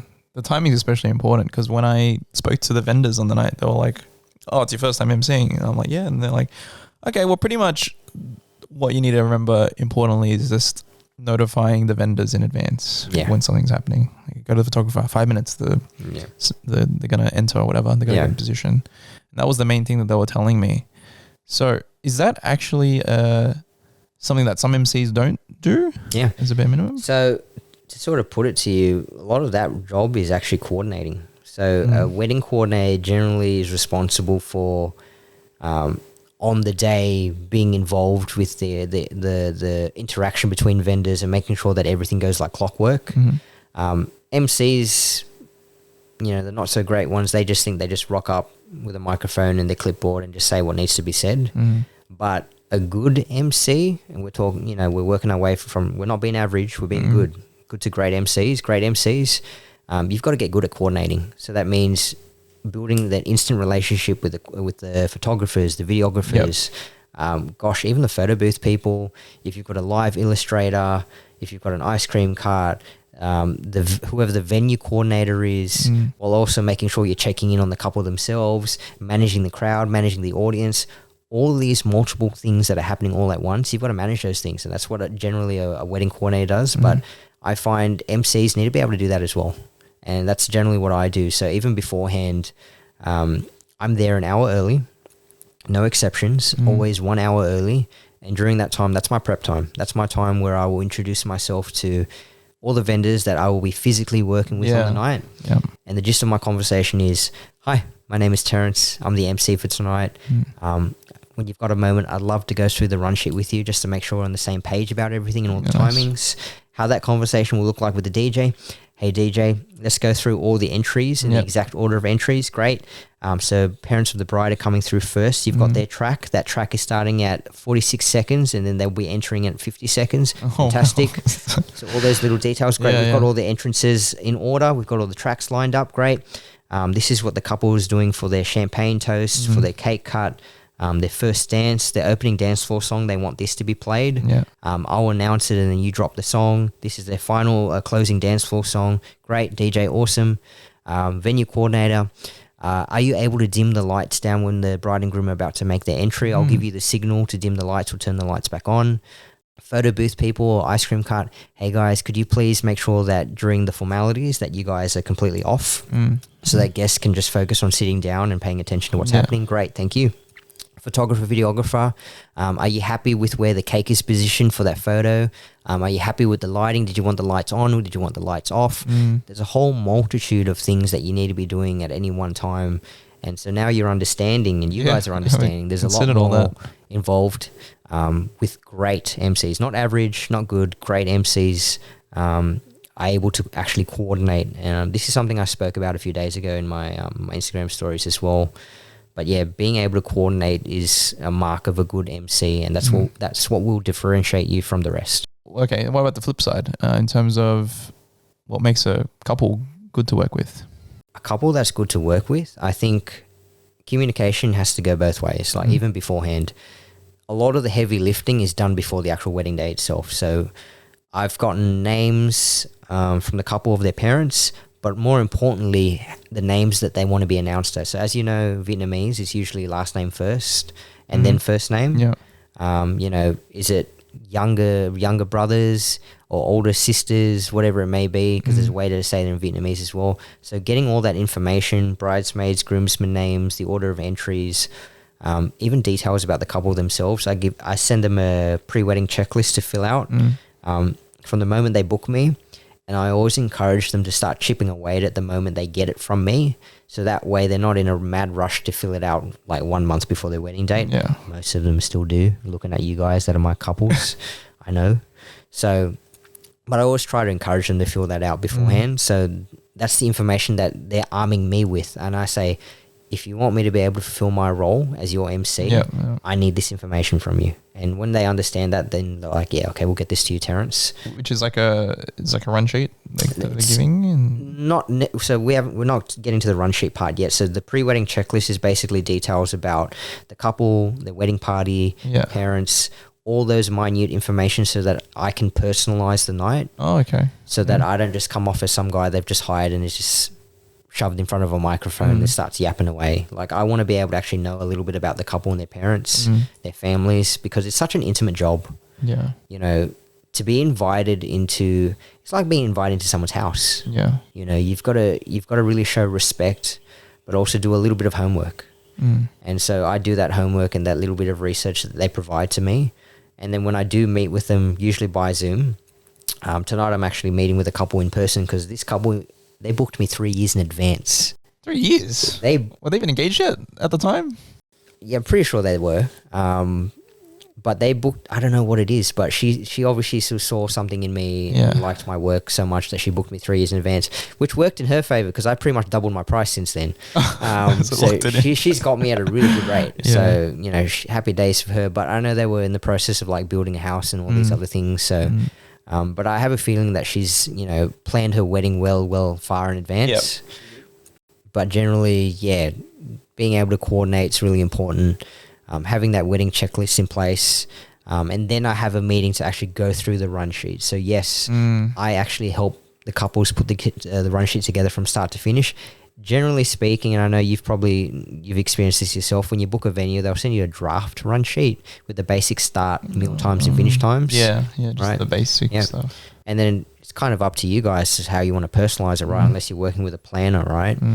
That's where MC comes in. So we'll actually help you put together that run sheet from start to finish. I give you all the feedback in terms of what I think works well, what doesn't work well, realistic timings of how long things take. For example, speeches, cake cutting, first dance, all those things in between. So accounting for all that. And then you can forward that off to your venue to approve or your wedding planner to approve. But yeah, there's so much that goes in before I actually even rock up on the day. I saw your post actually about wedding tips and stuff. Yeah, that was the thing that I just had spur of the moment. It's like, you know what, I've got to get this out there. Yeah. And one of the points you made was keep the speeches short. So is that something that you try to enforce on the couples when they're making their run sheet, to say, hey, I know like your best man really loves, you know, the groom, but maybe 15 minutes might be a little too long for the speech. Yeah. You cut it down. Is that something you've done before? Not from the very beginning. I regret not doing it because, you know, there actually have been some really fantastic speeches that, you know, really hit the mark from some groomsmen and bridesmaids that, you know, were like 10 minutes long, but not excessively long. Yeah. But there were some that just like waffled on, and then I didn't know that they were going to break out into singing all of a sudden. What? So, you know, you gotta tell me about this one. What? You know, I'm a lot better at, I don't know, just you see some stuff in my job. You really see some stuff. Okay, yeah. But I try to vet that stuff very early. So, do I force people? No. Do I encourage? Yes, because the mind can only absorb as much as the butt can handle. Okay. Which is one of my favorite quotes. And if the more you think about it, it's like, it's true. The longer you sit, how short is your attention span? I mean, come on, we're a generation of scrollers, of doom scrollers. Right, yeah. How long do you think our attention spans are these days, right? So, and for the most part, it is the most boring part for the guests. Yeah. Right? Unless you're like direct family or really close friends, you're not really that involved, or you don't really care that much about speeches unless you love listening to speeches. But what I find is the vast majority, they sort of zone out. So keeping that in mind, you can still have a very impactful speech in like 5 minutes or less. But strategies around that, if I know for a fact that there's going to be a lot of speakers, I try to break it up into chunks. We'll have parents go first, for example. Usually it's the dads. And then bridesmaids and groomsmen have their own segment, and then the bride and groom will have their own segment. I always try to separate the bride and groom from everyone else's speeches so they can actually absorb what people are saying, so they aren't stressed sitting there going, oh my God, I'm about to get up and speak. Oh my God, I'm about to get up and speak. Because it's hard for you to take things in. Like as emotional as you may get in front of like listening to your best man or your maid of honor, thinking about, oh my God, I'm about to get up. Because you got to remember, not everyone's professional speakers, right? Most couples aren't. They're doing this for the first time, and hopefully for them, they're hoping this is the last time, right? Yes. So I like to sort of break their speeches up separately so that the couple can sit there, listen, take it in, have their happy tears, whatever, have a little short break, and then get up and speak. But generally, I try to break it up. But if sometimes schedules, there's too much going on, I've got no choice but to lump all speeches together, then I'm like, yeah, guys, 5 minutes, please, but I'm always guided by what couples want and what my clients always want. I never try to enforce anything because it's their day. It's not my place to be saying it's my way or the highway. Just because I've been doing it for X amount of time and I've done X amount of weddings, it's got to be this way. No, I'm there to be your guide and to help you make sure that the night goes the way that you want it to. In terms of the structure of the speeches, do you find it better to have them separate with stuff in between, or is it better to just have the speeches all in one go? Like you might have activities or something in between, like a game or something. It really just depends on the flow of the night. So if for example, there's no more than 5 or 6 speeches at most, and I've already vetted with the bride that there isn't like a yapper amongst those 5 or 6 speakers that loves to go on and on, then yeah, I'll lump them all together, get it all done. 6 speeches, 5 minutes a piece. We're looking at close to half an hour, right? And then speeches are done. Yeah. Sometimes I do that if I know everyone is like nervous as heck. Yeah. And so like a Band-Aid, I'm like, oh, cool, let's get it done first thing out of the way tonight. And then usually the parents and everyone else can start jumping on the drinks, Yeah. Because you don't want to have speeches later on in the night once everyone is like slurring and a little bit, hey, how you going? You want to actually be able to remember what you say and actually know what you're saying with as much clarity as possible. So sometimes it works advantageously to have it all lumped together at the very beginning. But again, it depends on the flow of the night, depends on the couple. If it's a rowdy couple that are nervous as heck and they have mates that love jumping on the Hennessy, then yeah, I try to get the speeches and encourage it to be done at the very beginning. Yeah. Yeah. All right. Well, you mentioned before that you've seen some things in your line of work. Oh my gosh. Can you list anything that stood out to you? I will tell you one and one only. Is that many? And this no, there's a lot, but there's just one that comes to mind, and it was a train wreck wedding, dude. Like my couple's probably going to come back and they're going to see this and watch this, but I did everything. I did my job. Okay. I feel like I fulfilled my role. But it was a wedding that basically ended in my bride being in tears, and there was not much more that I could do. So what had happened was this couple had booked me, standard 6 to 12 months out from their wedding day. I helped them put together their run sheet. I didn't see any issues with it. Also, I'm not going to name any names. Of course. But I asked them about, what the status with their DJ is. The initial DJ fell through. I think they either double booked themselves or just had become unavailable for whatever reason. So they booked someone that I wasn't familiar with, and I'm just like, oh, I should be fine. tried reaching out to that DJ. I normally always try to reach out to a DJ, especially if I haven't worked with them before, at least a week of or prior to the wedding day, just to make sure they're across all the songs and they've got all the tracks and all the timings that they need from the couple. Because sometimes the couple's so caught up with other things that it's the last thing on their mind. Yeah. But they were unresponsive. And then when I rock up, I'm always there early. DJ wasn't there early. DJs need more time to set up because they've got all this gear. And the reception starts. And I'm like, where's this DJ?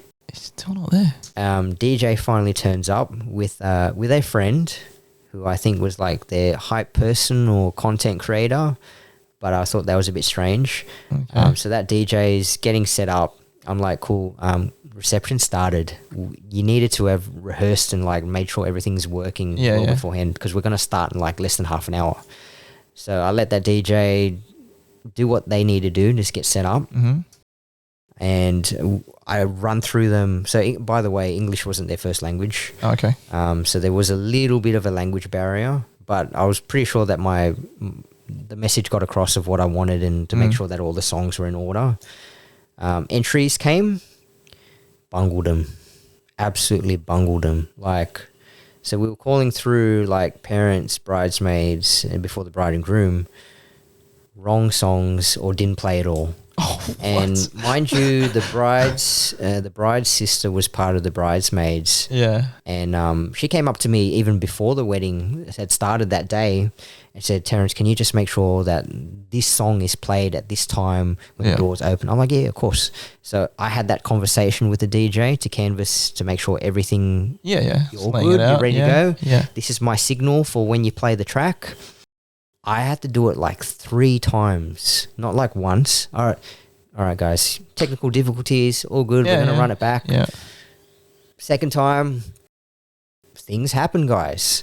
Third time, you're kidding me. Right, and I'm looking at the DJ, I'm like, you're not really helping me here, right? Because MCs and DJs are like this. We're responsible for so much of the vibe and the energy of the room, and you need to have such a good working relationship. But even with that DJ's assistant or whatever they were, they still bungled it. Entries, they would walk out and then all of a sudden the track would play out of nowhere and be the wrong timing. And I'm just like... and that was how we started that wedding. And I was like, no. And thankfully, they had hired a live violinist and she was amazing. Yeah. So me and her, we worked together to sort of amp up the room because she was playing for a majority of during the reception. Nice. So, she was out on the stage and we were bringing people out and she was like really doing her thing. Nice. And, I was hyping up the crowd. And then comes the first dance. Oh, man. Track dies a few times. What? No. And I go back. That DJ didn't even have the track, even after I had covered. And I was like... That's bare minimum, though. It's like, they tell you this is the song you want. You have it downloaded or whatever. And like... What? For a couple, it's nerve-wracking, right? Yeah. It's more nerve-wracking than giving a speech because you've got all these people on you and it feels a little bit performative, right? Yes. But I always try to say, look, it's between you two, no matter what happens. I had canvassed this with the couple beforehand. I said, even if you miss a step... no one else in the room knows but you guys, all right? So just smile, carry on no matter what happens. And so even with all these pre-warnings that I gave, the prep talk that I gave to my couple, I couldn't fix it. And so they finally did their first dance. And then after the first dance was done, they're kind of a bit disheveled and a little bit not happy about it, unsurprisingly, right? Yeah. And so I had made sure that they open up the dance floor straight after the first dance. So hit the lights, turn it off, play the first track. Long pause after their first dance. So the poor couple was standing there on the dance floor, awkwardly looking at each other with the lights still on, blaring at them. Everyone's looking at them. Yeah, what's next? And at that point, I had already hyped up everyone to jump on the dance floor. But I was looking at the DJ and I was like, play the track. Just play the track, please. Play anything. Play anything. Played the first track, cut out. I had to go speak to whoever was running the AV that night for the venue. we were trying to fix it in the back room. The lights were still on, and I don't know what was going on. And lights finally turned off, so it was dark. Cause like no one wants to dance on a dance floor with the lights bright on, right? Yeah. And then the music kept cutting out. Song choices from the DJ were like super questionable. Like you go from playing something EDM like David Guetta, and then all of a sudden Nutbush. And get this, right? This was the worst part of it. The DJ was playing this off YouTube, not YouTube music, YouTube video. So I was ads. watching this DJ mute the audio during the ad, wait for the ad to finish, then press play.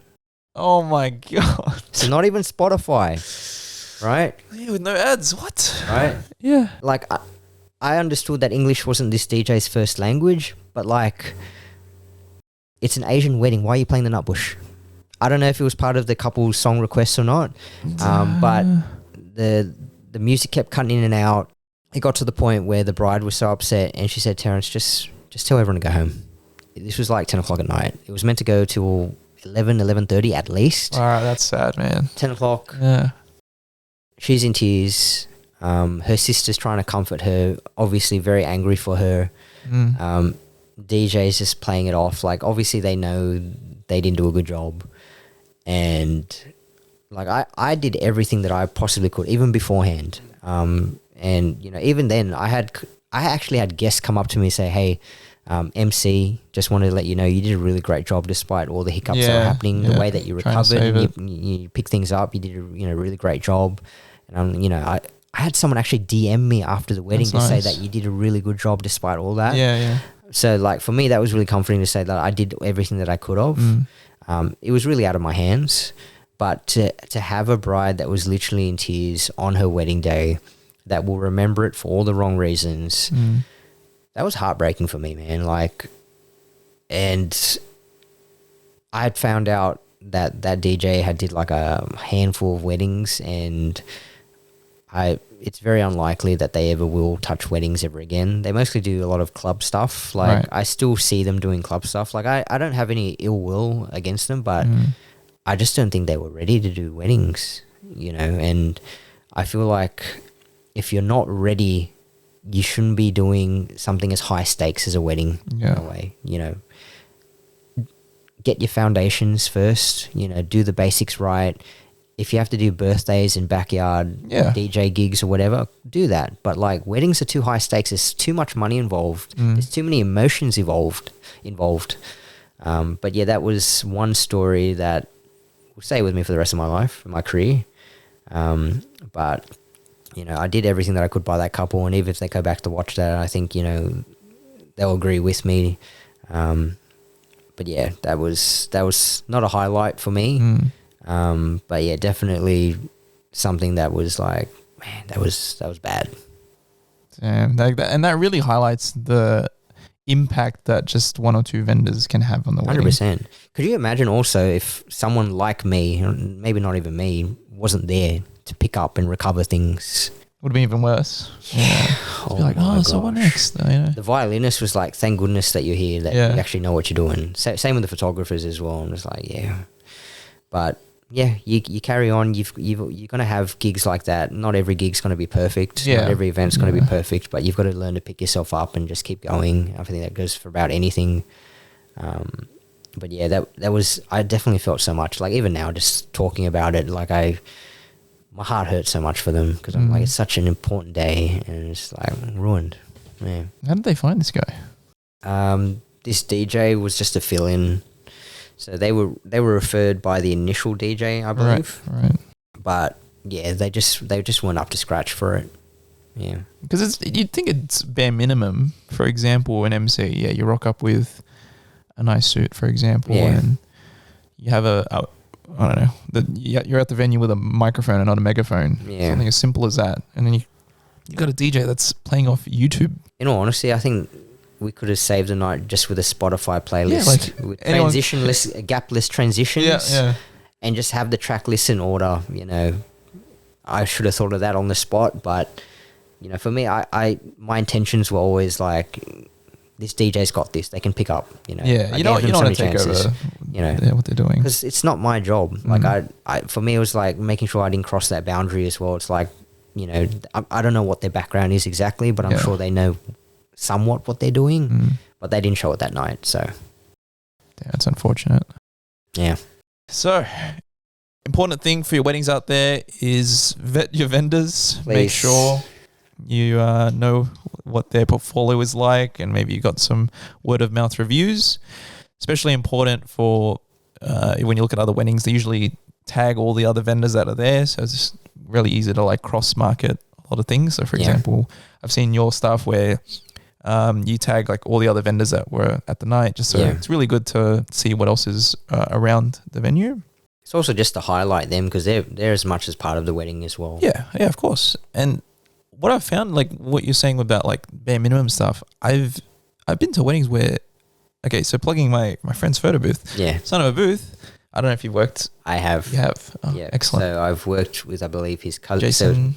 So his cousin's wedding. But yes, I have worked with Son of a Booth. That's good. And I hope it's positive. Oh yeah, 100%. Yeah. So he, I've been to other weddings with other photo booths. I don't remember what company it was from anymore, but man, they're just like, it was super bare minimum. Like you've got the photo booth, there's no backdrop, the lighting's terrible, and they've got like 5 props, which is just like the most random sunglasses from AliExpress. Yeah. And I'm like, wow, really? Like this is what you advertise as a photo booth? And then I've got like, not to gloat too much about my mate's business, but like, he's got the full backdrop. Oh yeah, fantastic lighting, and whole he's got table like of all the props. Table full of props everywhere. It's like the great high quality layout. camera. Yeah, really great filters. Yeah, and I've actually worked with him on a gig once because I was like, I'm not doing anything this weekend. I'll just tag along. Like, I don't want to get paid for it. I'm just doing it for a bit of fun. Yeah. And then some of the vendors were there, and they were like, wow, I've never seen like such a display of props from a photo booth before. And I was like, oh, okay, is this what you get often? Because I'm like, maybe it's a lot different to what other photo booths are out there. Yeah. So yeah, they're definitely keeping the bar up high, which is what I'm seeing here with keeping that bar high with your side of the vendor to make sure it's always at a good level. Our clients and couples deserve it. They work so hard. Like I've got couples that are working their butts off all year long, working extra shifts, long hours just to pay for this wedding, and you've got to be able to execute. Yeah. There's no room for error. There's no room for second chances. You got one shot and one shot right only to get it right. So you do a lot of community work as well on the side. So you've done MCing for City of Sydney's Lunar Lanes. Yeah, so that was a very surprise DM that I received from someone from their office. Looking for a host, and I'm glad that I had some posts up on my page because that's how they found me. Yeah. And I remember that was one of the first gigs I had a really hard time negotiating my pricing for. Like I really lowballed myself. Oh, right. And then I went to my mentor and I'm like, yo, what would you charge for this? And he goes, triple what you charged. And I'm like, oh, really? It's like, yeah, City of Sydney has money. It's like, oh, yeah, true. So, but yeah, I mean, those are things you learn when you start your own business, right? Like what you're worth. But I probably could have charged more, but I felt like that's all that I was worth at the time. But that was definitely one of the biggest gigs that I landed pretty much straight off the bat post-COVID. I mean, in front of 10,000 people, I was nervous, very nervous. Yeah. How'd you deal with the nerves? I just went backstage, closed my eyes, took a few deep breaths, and I just said to myself, it's not about you. It's about the people that you're here to serve, and just remember that a lot of these guys have been cooped up in the house for a really long time. And I remember vividly looking at that audience. Half of them had fresh cuts and the other half looked like they hadn't had cut their hair for like 2-3 years. It was a funny time to be back out, right? Yeah. And, I just said, I'm just going to focus on what I have in front of me. For me, it was just about surviving the job at that point. Yeah. This was my first in-person gig post-COVID. So for me, it was about surviving that job. But yeah, I got to work alongside the Lord Mayor. There was a few important dignitaries as well. Consulates from Korea and all this sort of thing. That's really high people. And then trying to say their names as well. Like I've never pronounced Korean names. I'm like being given it to it like literally. Oh, Terence, here's the Korean name for the Korean consulate. I was like, oh, how do I say his name? It's not like a simple last name like Park or something, right? Yeah. I'm like, oh my gosh. So getting good at like learning how to read things on the spot and not butchering people's names. But I got through it, and it was one of my proudest achievements, and that's why it's still on my, I highlight it on my page, because I don't know, I feel like I was one of the first Vietnamese people to actually host that Lunar New Year, because generally it's Chinese people, Chinese hosts. All right. And I wore an ao yai, so I really got to represent that day. So I don't know if I was the first, and if I'm not, I'd love to know who was, so I can give them their credit and their flowers as well. But as far as I know, I was. But it was a great honor, and definitely one of the biggest and highlight that I wasn't expecting to get so early on in my career. But yeah, it's a good thing to note. Thing about the names as well, a lot of improv. Sounds like, man, you've done a lot of improv, especially the bad gigs you've had when things change throughout the night, especially timing. How do you think on your feet like that? Is it a lot of the training, the theatre stuff? Work in pubs a lot. Work in pubs. What, the drunk people? Or? This is where the Ocker in me comes out a little bit, right? So naturally being born here, having a lot of Aussie mates, if you can overcome getting heckled in a pub week after week, you'll be right. Because I tell you what, they can chuck you some curveballs. I mean, I just did a trivia Tuesday, yesterday, Tuesday night. And I had, I've got my regulars. They're usually a pretty well-behaved bunch. And then I had sometimes you get some visitors, right? And they're just there to jump on the drink, the grog. And these two guys were really going all at it with me. It's like, oh, mate, when are you going to give me those answers? Come on, mate. Oh, come on. Oh, I know that one. Well, why don't you just tell me so I can double check that we've got the right answers? And, they were saying a lot more things that are a lot more inappropriate, but just for the sake of the podcast, that's just sort of the people that I had to deal with. But I've dealt with that for years, but being able to handle that in a polite, still respectful way, being able to adapt my speaking register to match theirs. Again, pretty laid back generally, and while at the same time making sure that they still feel included as well, because they're just there to have a couple drinks after work. You know, for me, that's the way I think of it. So they're not there to openly like mock me or stir the pot, right? They're just there to have a good time, and they were having a laugh. It's like, oh, this guy can handle it. Okay, all right, I respect that. But if you can put yourself into a lot of low pressure situations, and that's something I haven't touched on, that's what will help you build your foundation. So go where the expectation is low. Practice there. So Toastmasters was a great proving ground for me. Doing pub gigs, working local events, because the expectation isn't high, right? But also the consequences aren't that high. So I paid my dues there before I even considered doing weddings, because as I mentioned earlier, weddings are very high stakes. There's a lot involved, and you can't afford to stuff those up. Yeah. So it sounds like I have to sign up for a couple pubs. Whatever you can, just like, even if I don't know if comedy is your thing, but just doing stand up. Oh man, stand up's rough. I've chatted to some of the boys that have done that do comedy around the area, and I'm like, I can't, and that's another brutal level of like. Go where it's still uncomfortable for you, so you've got enough room to grow, but where the expectation's still low. Yeah. That's my advice. What are some of your favorite trends or vendors that you've seen that have popped up recently? I only noticed content creators becoming a thing like a couple months after I'd started MCing. And I was like, who's this person that's holding up a phone next to the photographer trying to act like a photographer? I think they're great. I think I've worked with Clipture's a really great crew. There's so many content creating businesses that are out there, and I love it because a lot of them are still working full-time jobs. Some of them have gone all in on it, but I'd say a majority of them are just looking for something fun outside of their corporate jobs. Just a fun thing to do, and I find like, if you do it well, it can be very non-invasive, as long as you're not getting in the way of the professional photographers and videographers that are paid a whole ton of money. I think they're a great addition, because I think couples don't want to spend time on their phone having to worry about what to post. And I think it's nice for them to get stuff back straight away. I mean, if you're that kind of person that's always on social media, I think it's basically the norm these days. I think that's great. I think what I'm noticing a lot more now as well is receptions that aren't packed to the brim with stuff on the schedule. So like a lot more downtime, breathing space for couples just to chill out. I don't think it's necessary to have to chuck in all these games and all these activities. Yeah. I think the day itself is just so full on already. I think having that time where you get to actually mingle and wander around and talk to your guests. Naturally at Asian weddings, that's being done in the form of getting table photos with people anyway. Yeah. So I think allowing for that time where you can sort of just let your hair down and just actually talk to people and say, hi, thank you for coming to my wedding. But I think there's, in terms of like what's trending aesthetically or styling wise, I don't really pay too much attention to that because it comes down to personal preference and taste. A couple I did not too long ago, they're really into, classic black and white.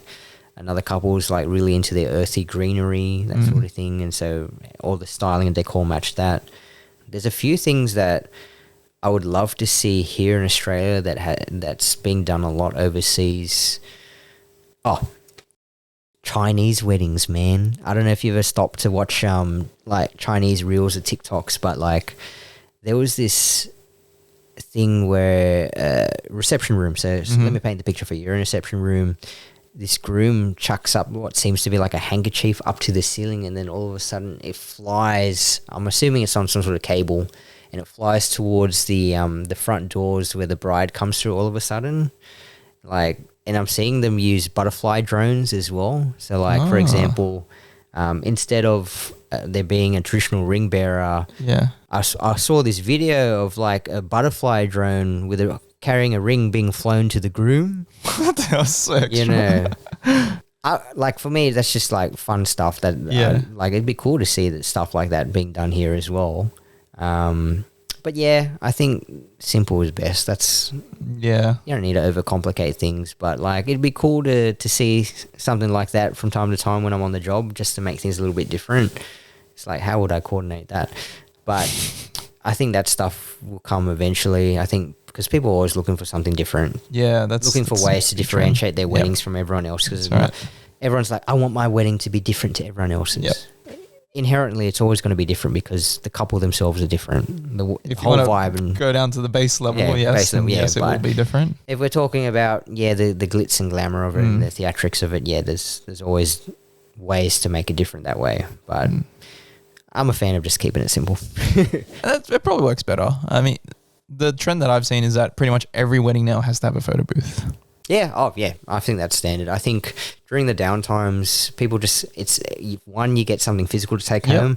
If not physical, QR code, but I think it's always nice to have that photo strip to take home. It's an excuse to sort of get away from the table as well. I think anything that serves as a little bit of a distraction to get up out of your seat, to move away from the table, to work off the food that you've just eaten, is always nice. I saw a wedding bring I'm pretty sure the groom was like a boxer. He brought a one of those arcade punching bags. Oh my god! As you can imagine, the boys had a really good time with that one. That's nuts. Claw machine at one. Fun stuff. Make it an arcade, why not? Yeah. There's a lot of ice cream cards pop up. I think I've seen, not me personally, but I've seen people play like Mario Kart at a wedding, like gamer couples. They've got like a big station. Screen. Big screen, and they turn it into a competition.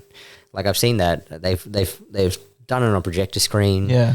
Pulled out the Switch and they're playing Mario Kart competitively at the wedding, and then you have that as a prize. You give the prize to whoever wins the game of Mario Kart, and I mean that's one way. Like if you're a gamer couple, that's that works. Yeah. How would you fit all 20 tables to?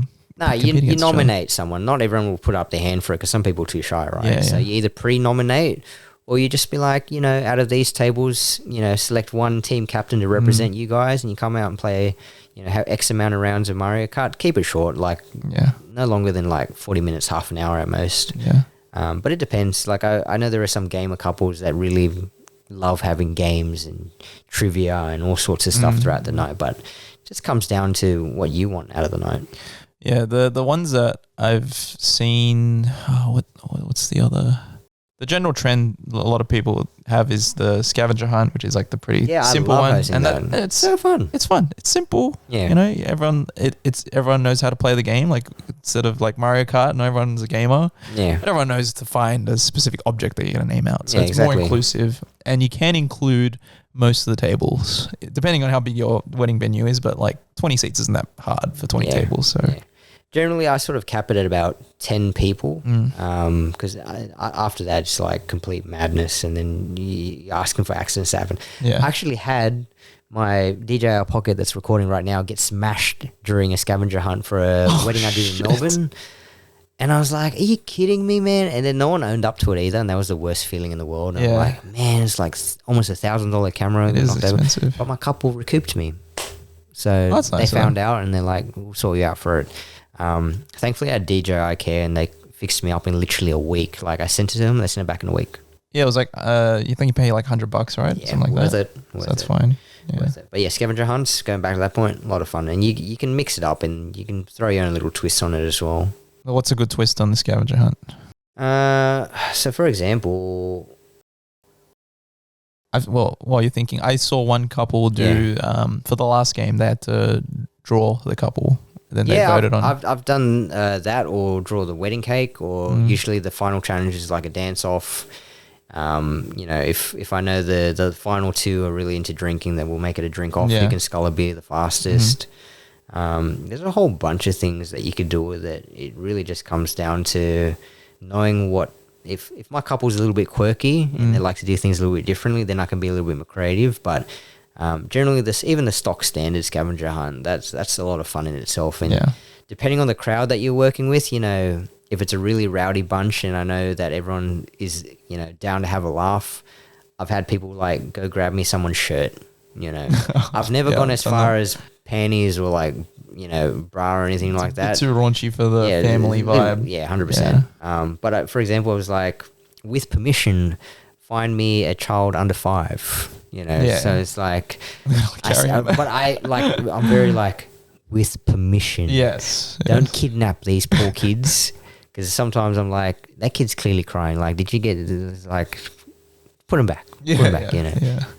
But sometimes a little bit funny, or like, you know, go find me $100 note, and it's like, okay, well, you guys get to keep it now. You can return it if you want, but it's up to you. That's good. That's for you guys tonight. Favorite venue to work at, if you have one? I don't want to answer that question because they might be watching me. But gosh, if you don't want to say favorite to, you know, cause some issues, you can say which one do you work at the most? One of my favorites, I love the Zest venues, the Zest waterfront venues, Point Piper and Mossman. The view, the food, the staff are really super attentive.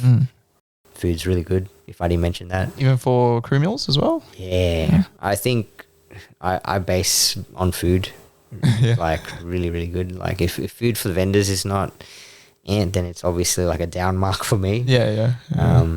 Because I get my couples to cover that for me, because, you know, that's my one meal for the whole night. That's the minimum, vendors anyway. But yeah, the Zest venues are really nice. The team there is really lovely. Novella, Withel Park is really lovely. It's a family-run business. They've been running for a really long time. I think any of the family-run places I really appreciate, because, you know, they put all their heart and soul into it, and it really shows in the attention to detail. But yeah, those are my mentionable too. I have so many more, but you know, not playing favorites today. Yeah, okay, all good. Do you have a dream gig, someone to work with, or dream gig? Man, I feel like I'm starting to slowly tick off boxes, because I've already worked with some really cool international DJs that I've I've honestly like.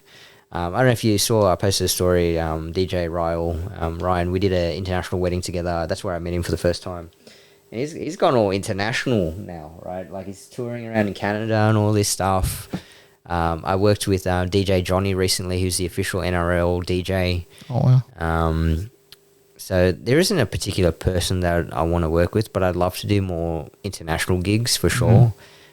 I definitely have a really big appetite for wanting to do more gigs abroad, and, you know, work on bigger stages, and, you know, actually do a lot more speaking gigs. Not necessarily just MCing and hosting. I love being able to facilitate and host, but I think actual speaking gigs, because I feel like I've got so much experience under my belt now. Like I have a lot that I want to share, and there's a lot of value that I want to give to other people who might be like yourself and want to get to where I am. So, but public speaking has been something I've worked on for a long time. So I think international speaking gigs in front of large audiences is definitely up there for me. But, you know, it's just like ticking off achievements and, you know, fun stuff that's on the list for me. Yeah. I mean, it would already feel surreal if you're getting flown out for work. Just it's generally. surreal. I'm so grateful every time, because I'm like, someone sees my value enough that they're willing to fly me out and pay for my accommodation, keep me fed for X amount of time until, you know, before the wedding starts and when the wedding ends, you know. I'm just like, so I'm forever grateful, but at the same time, like, I know I've put in the work for it. So yeah, super, super grateful to be at that point, and yeah, hopefully many more to come. What would you say to someone who's stuck in a job they don't like but wants to try something different like what you're doing now? I think you already know the answer to that one. I think one of the best pieces of advice that I ever got given from one of my mentors, and I've had quite a few in my life, and they're not necessarily like big, hugely successful people, but it's just to follow your curiosity. Like they say it kills the cat. I don't know why that is the case, but I feel like if there's something that you're genuinely like, what would happen if I started this thing, or just started exploring it a little bit, and go for it. Why not? You get one life. It's so short. It could be taken away from you at any time. This is where I start to sound a little bit esoteric, but like legitimately, you get one shot at this thing that we called life. Why spend it doing things that you don't want to be doing just because other people told you should be doing it? And, you know, I've spent a lot of my life doing things based on what people expected of me, but now I've understood where that narrative comes from, and I'm choosing to write my own story. And so whenever people are watching me do things, like I do all sorts of stuff, man. Like I sample barramundi for some company, for a company, and I'm like out here cooking and promoting barramundi, or I'm doing acting gigs, or I'm in a theatre performance, or I'm in a movie. You know, a movie, for example, Sydney Sweeney and Glenn Powell, Anyone But You. I'm on a TV show, Last Kings of the Cross. I've done all sorts of like really strange things that didn't make sense, but somehow I ended up there. But that's only because I allowed myself and gave myself permission to follow my curiosity. And sometimes it's led me down paths where I'm like, you know what? This isn't the thing it wasn't as great as I thought it was going to be. So probably not it for me. And then just follow the next thing. Yeah. I mean, you get told a lot that you need to just focus on the one thing. You know, we've only ever got so much focus. I agree with that, but you won't know what your thing is until you give things a shot or a try and have that willingness to fail. And I have failed a lot, and I've embarrassed myself a lot, more times than I care to admit. But that's the reason why I am where I am and where I'm going to go as well, is because I'm willing to make, you know, myself look silly in front of other people. It doesn't really matter, because I know where I'm going. You know, I have faith in myself, and I'm really enjoying the process of doing what I'm doing now. So, and I really respect it, man. The grind it's not easy, as you said. No, it's not overnight, and it takes a long time to even just to get to a somewhat livable state where you can just pay off your living expenses. But the way I look at it, I'd rather, if today was my last day, I have zero regrets, like zero regrets on, you know, how I've lived my life up until this point. And so keeping that in mind, I'm just like, you know what, just focus on what the day in front of me, and today's a new day. I'm just going to try this new thing, and if I do well, great. If I don't, at least I gave it a shot. Which goes back to the core messaging of this podcast, which is try not to live your life with regret, and try whatever's on your mind, if within reason, to whatever you had, or whatever dream job, career you had, that you wanted to try, for example, which might not be the norm, the 9 to 5, or maybe it is. Who knows? And if I can end on this, have the courage to write your own story and not live someone else's that they've written for you. Well, before we sign off for this episode, where can our listeners find you, Terence? Mostly and only on Instagram at the moment. I do have a LinkedIn and a TikTok, but if you look up Terence, Terence, last name Nguyen, Nguyen. Pretty good chance you'll find me on Instagram, LinkedIn, or TikTok. That's where I live pretty much on social media. I don't live on social media, but that's where you can find me. Yep. And I'll have those links in the description below. If you guys have any questions, comments, concerns, you can send us an email at riceandmikespodcast@gmail.com, or you can find us on Instagram at riceandmikespodcast. And with that, we'll sign off for this episode. Thank you, Terence, for joining me on this episode. Oh, it's been great. Thank you so much for having me. It's a fantastic episode and very relatable as well, especially for myself. So we'll sign off this one and we'll catch you guys in the next one. See you later, guys.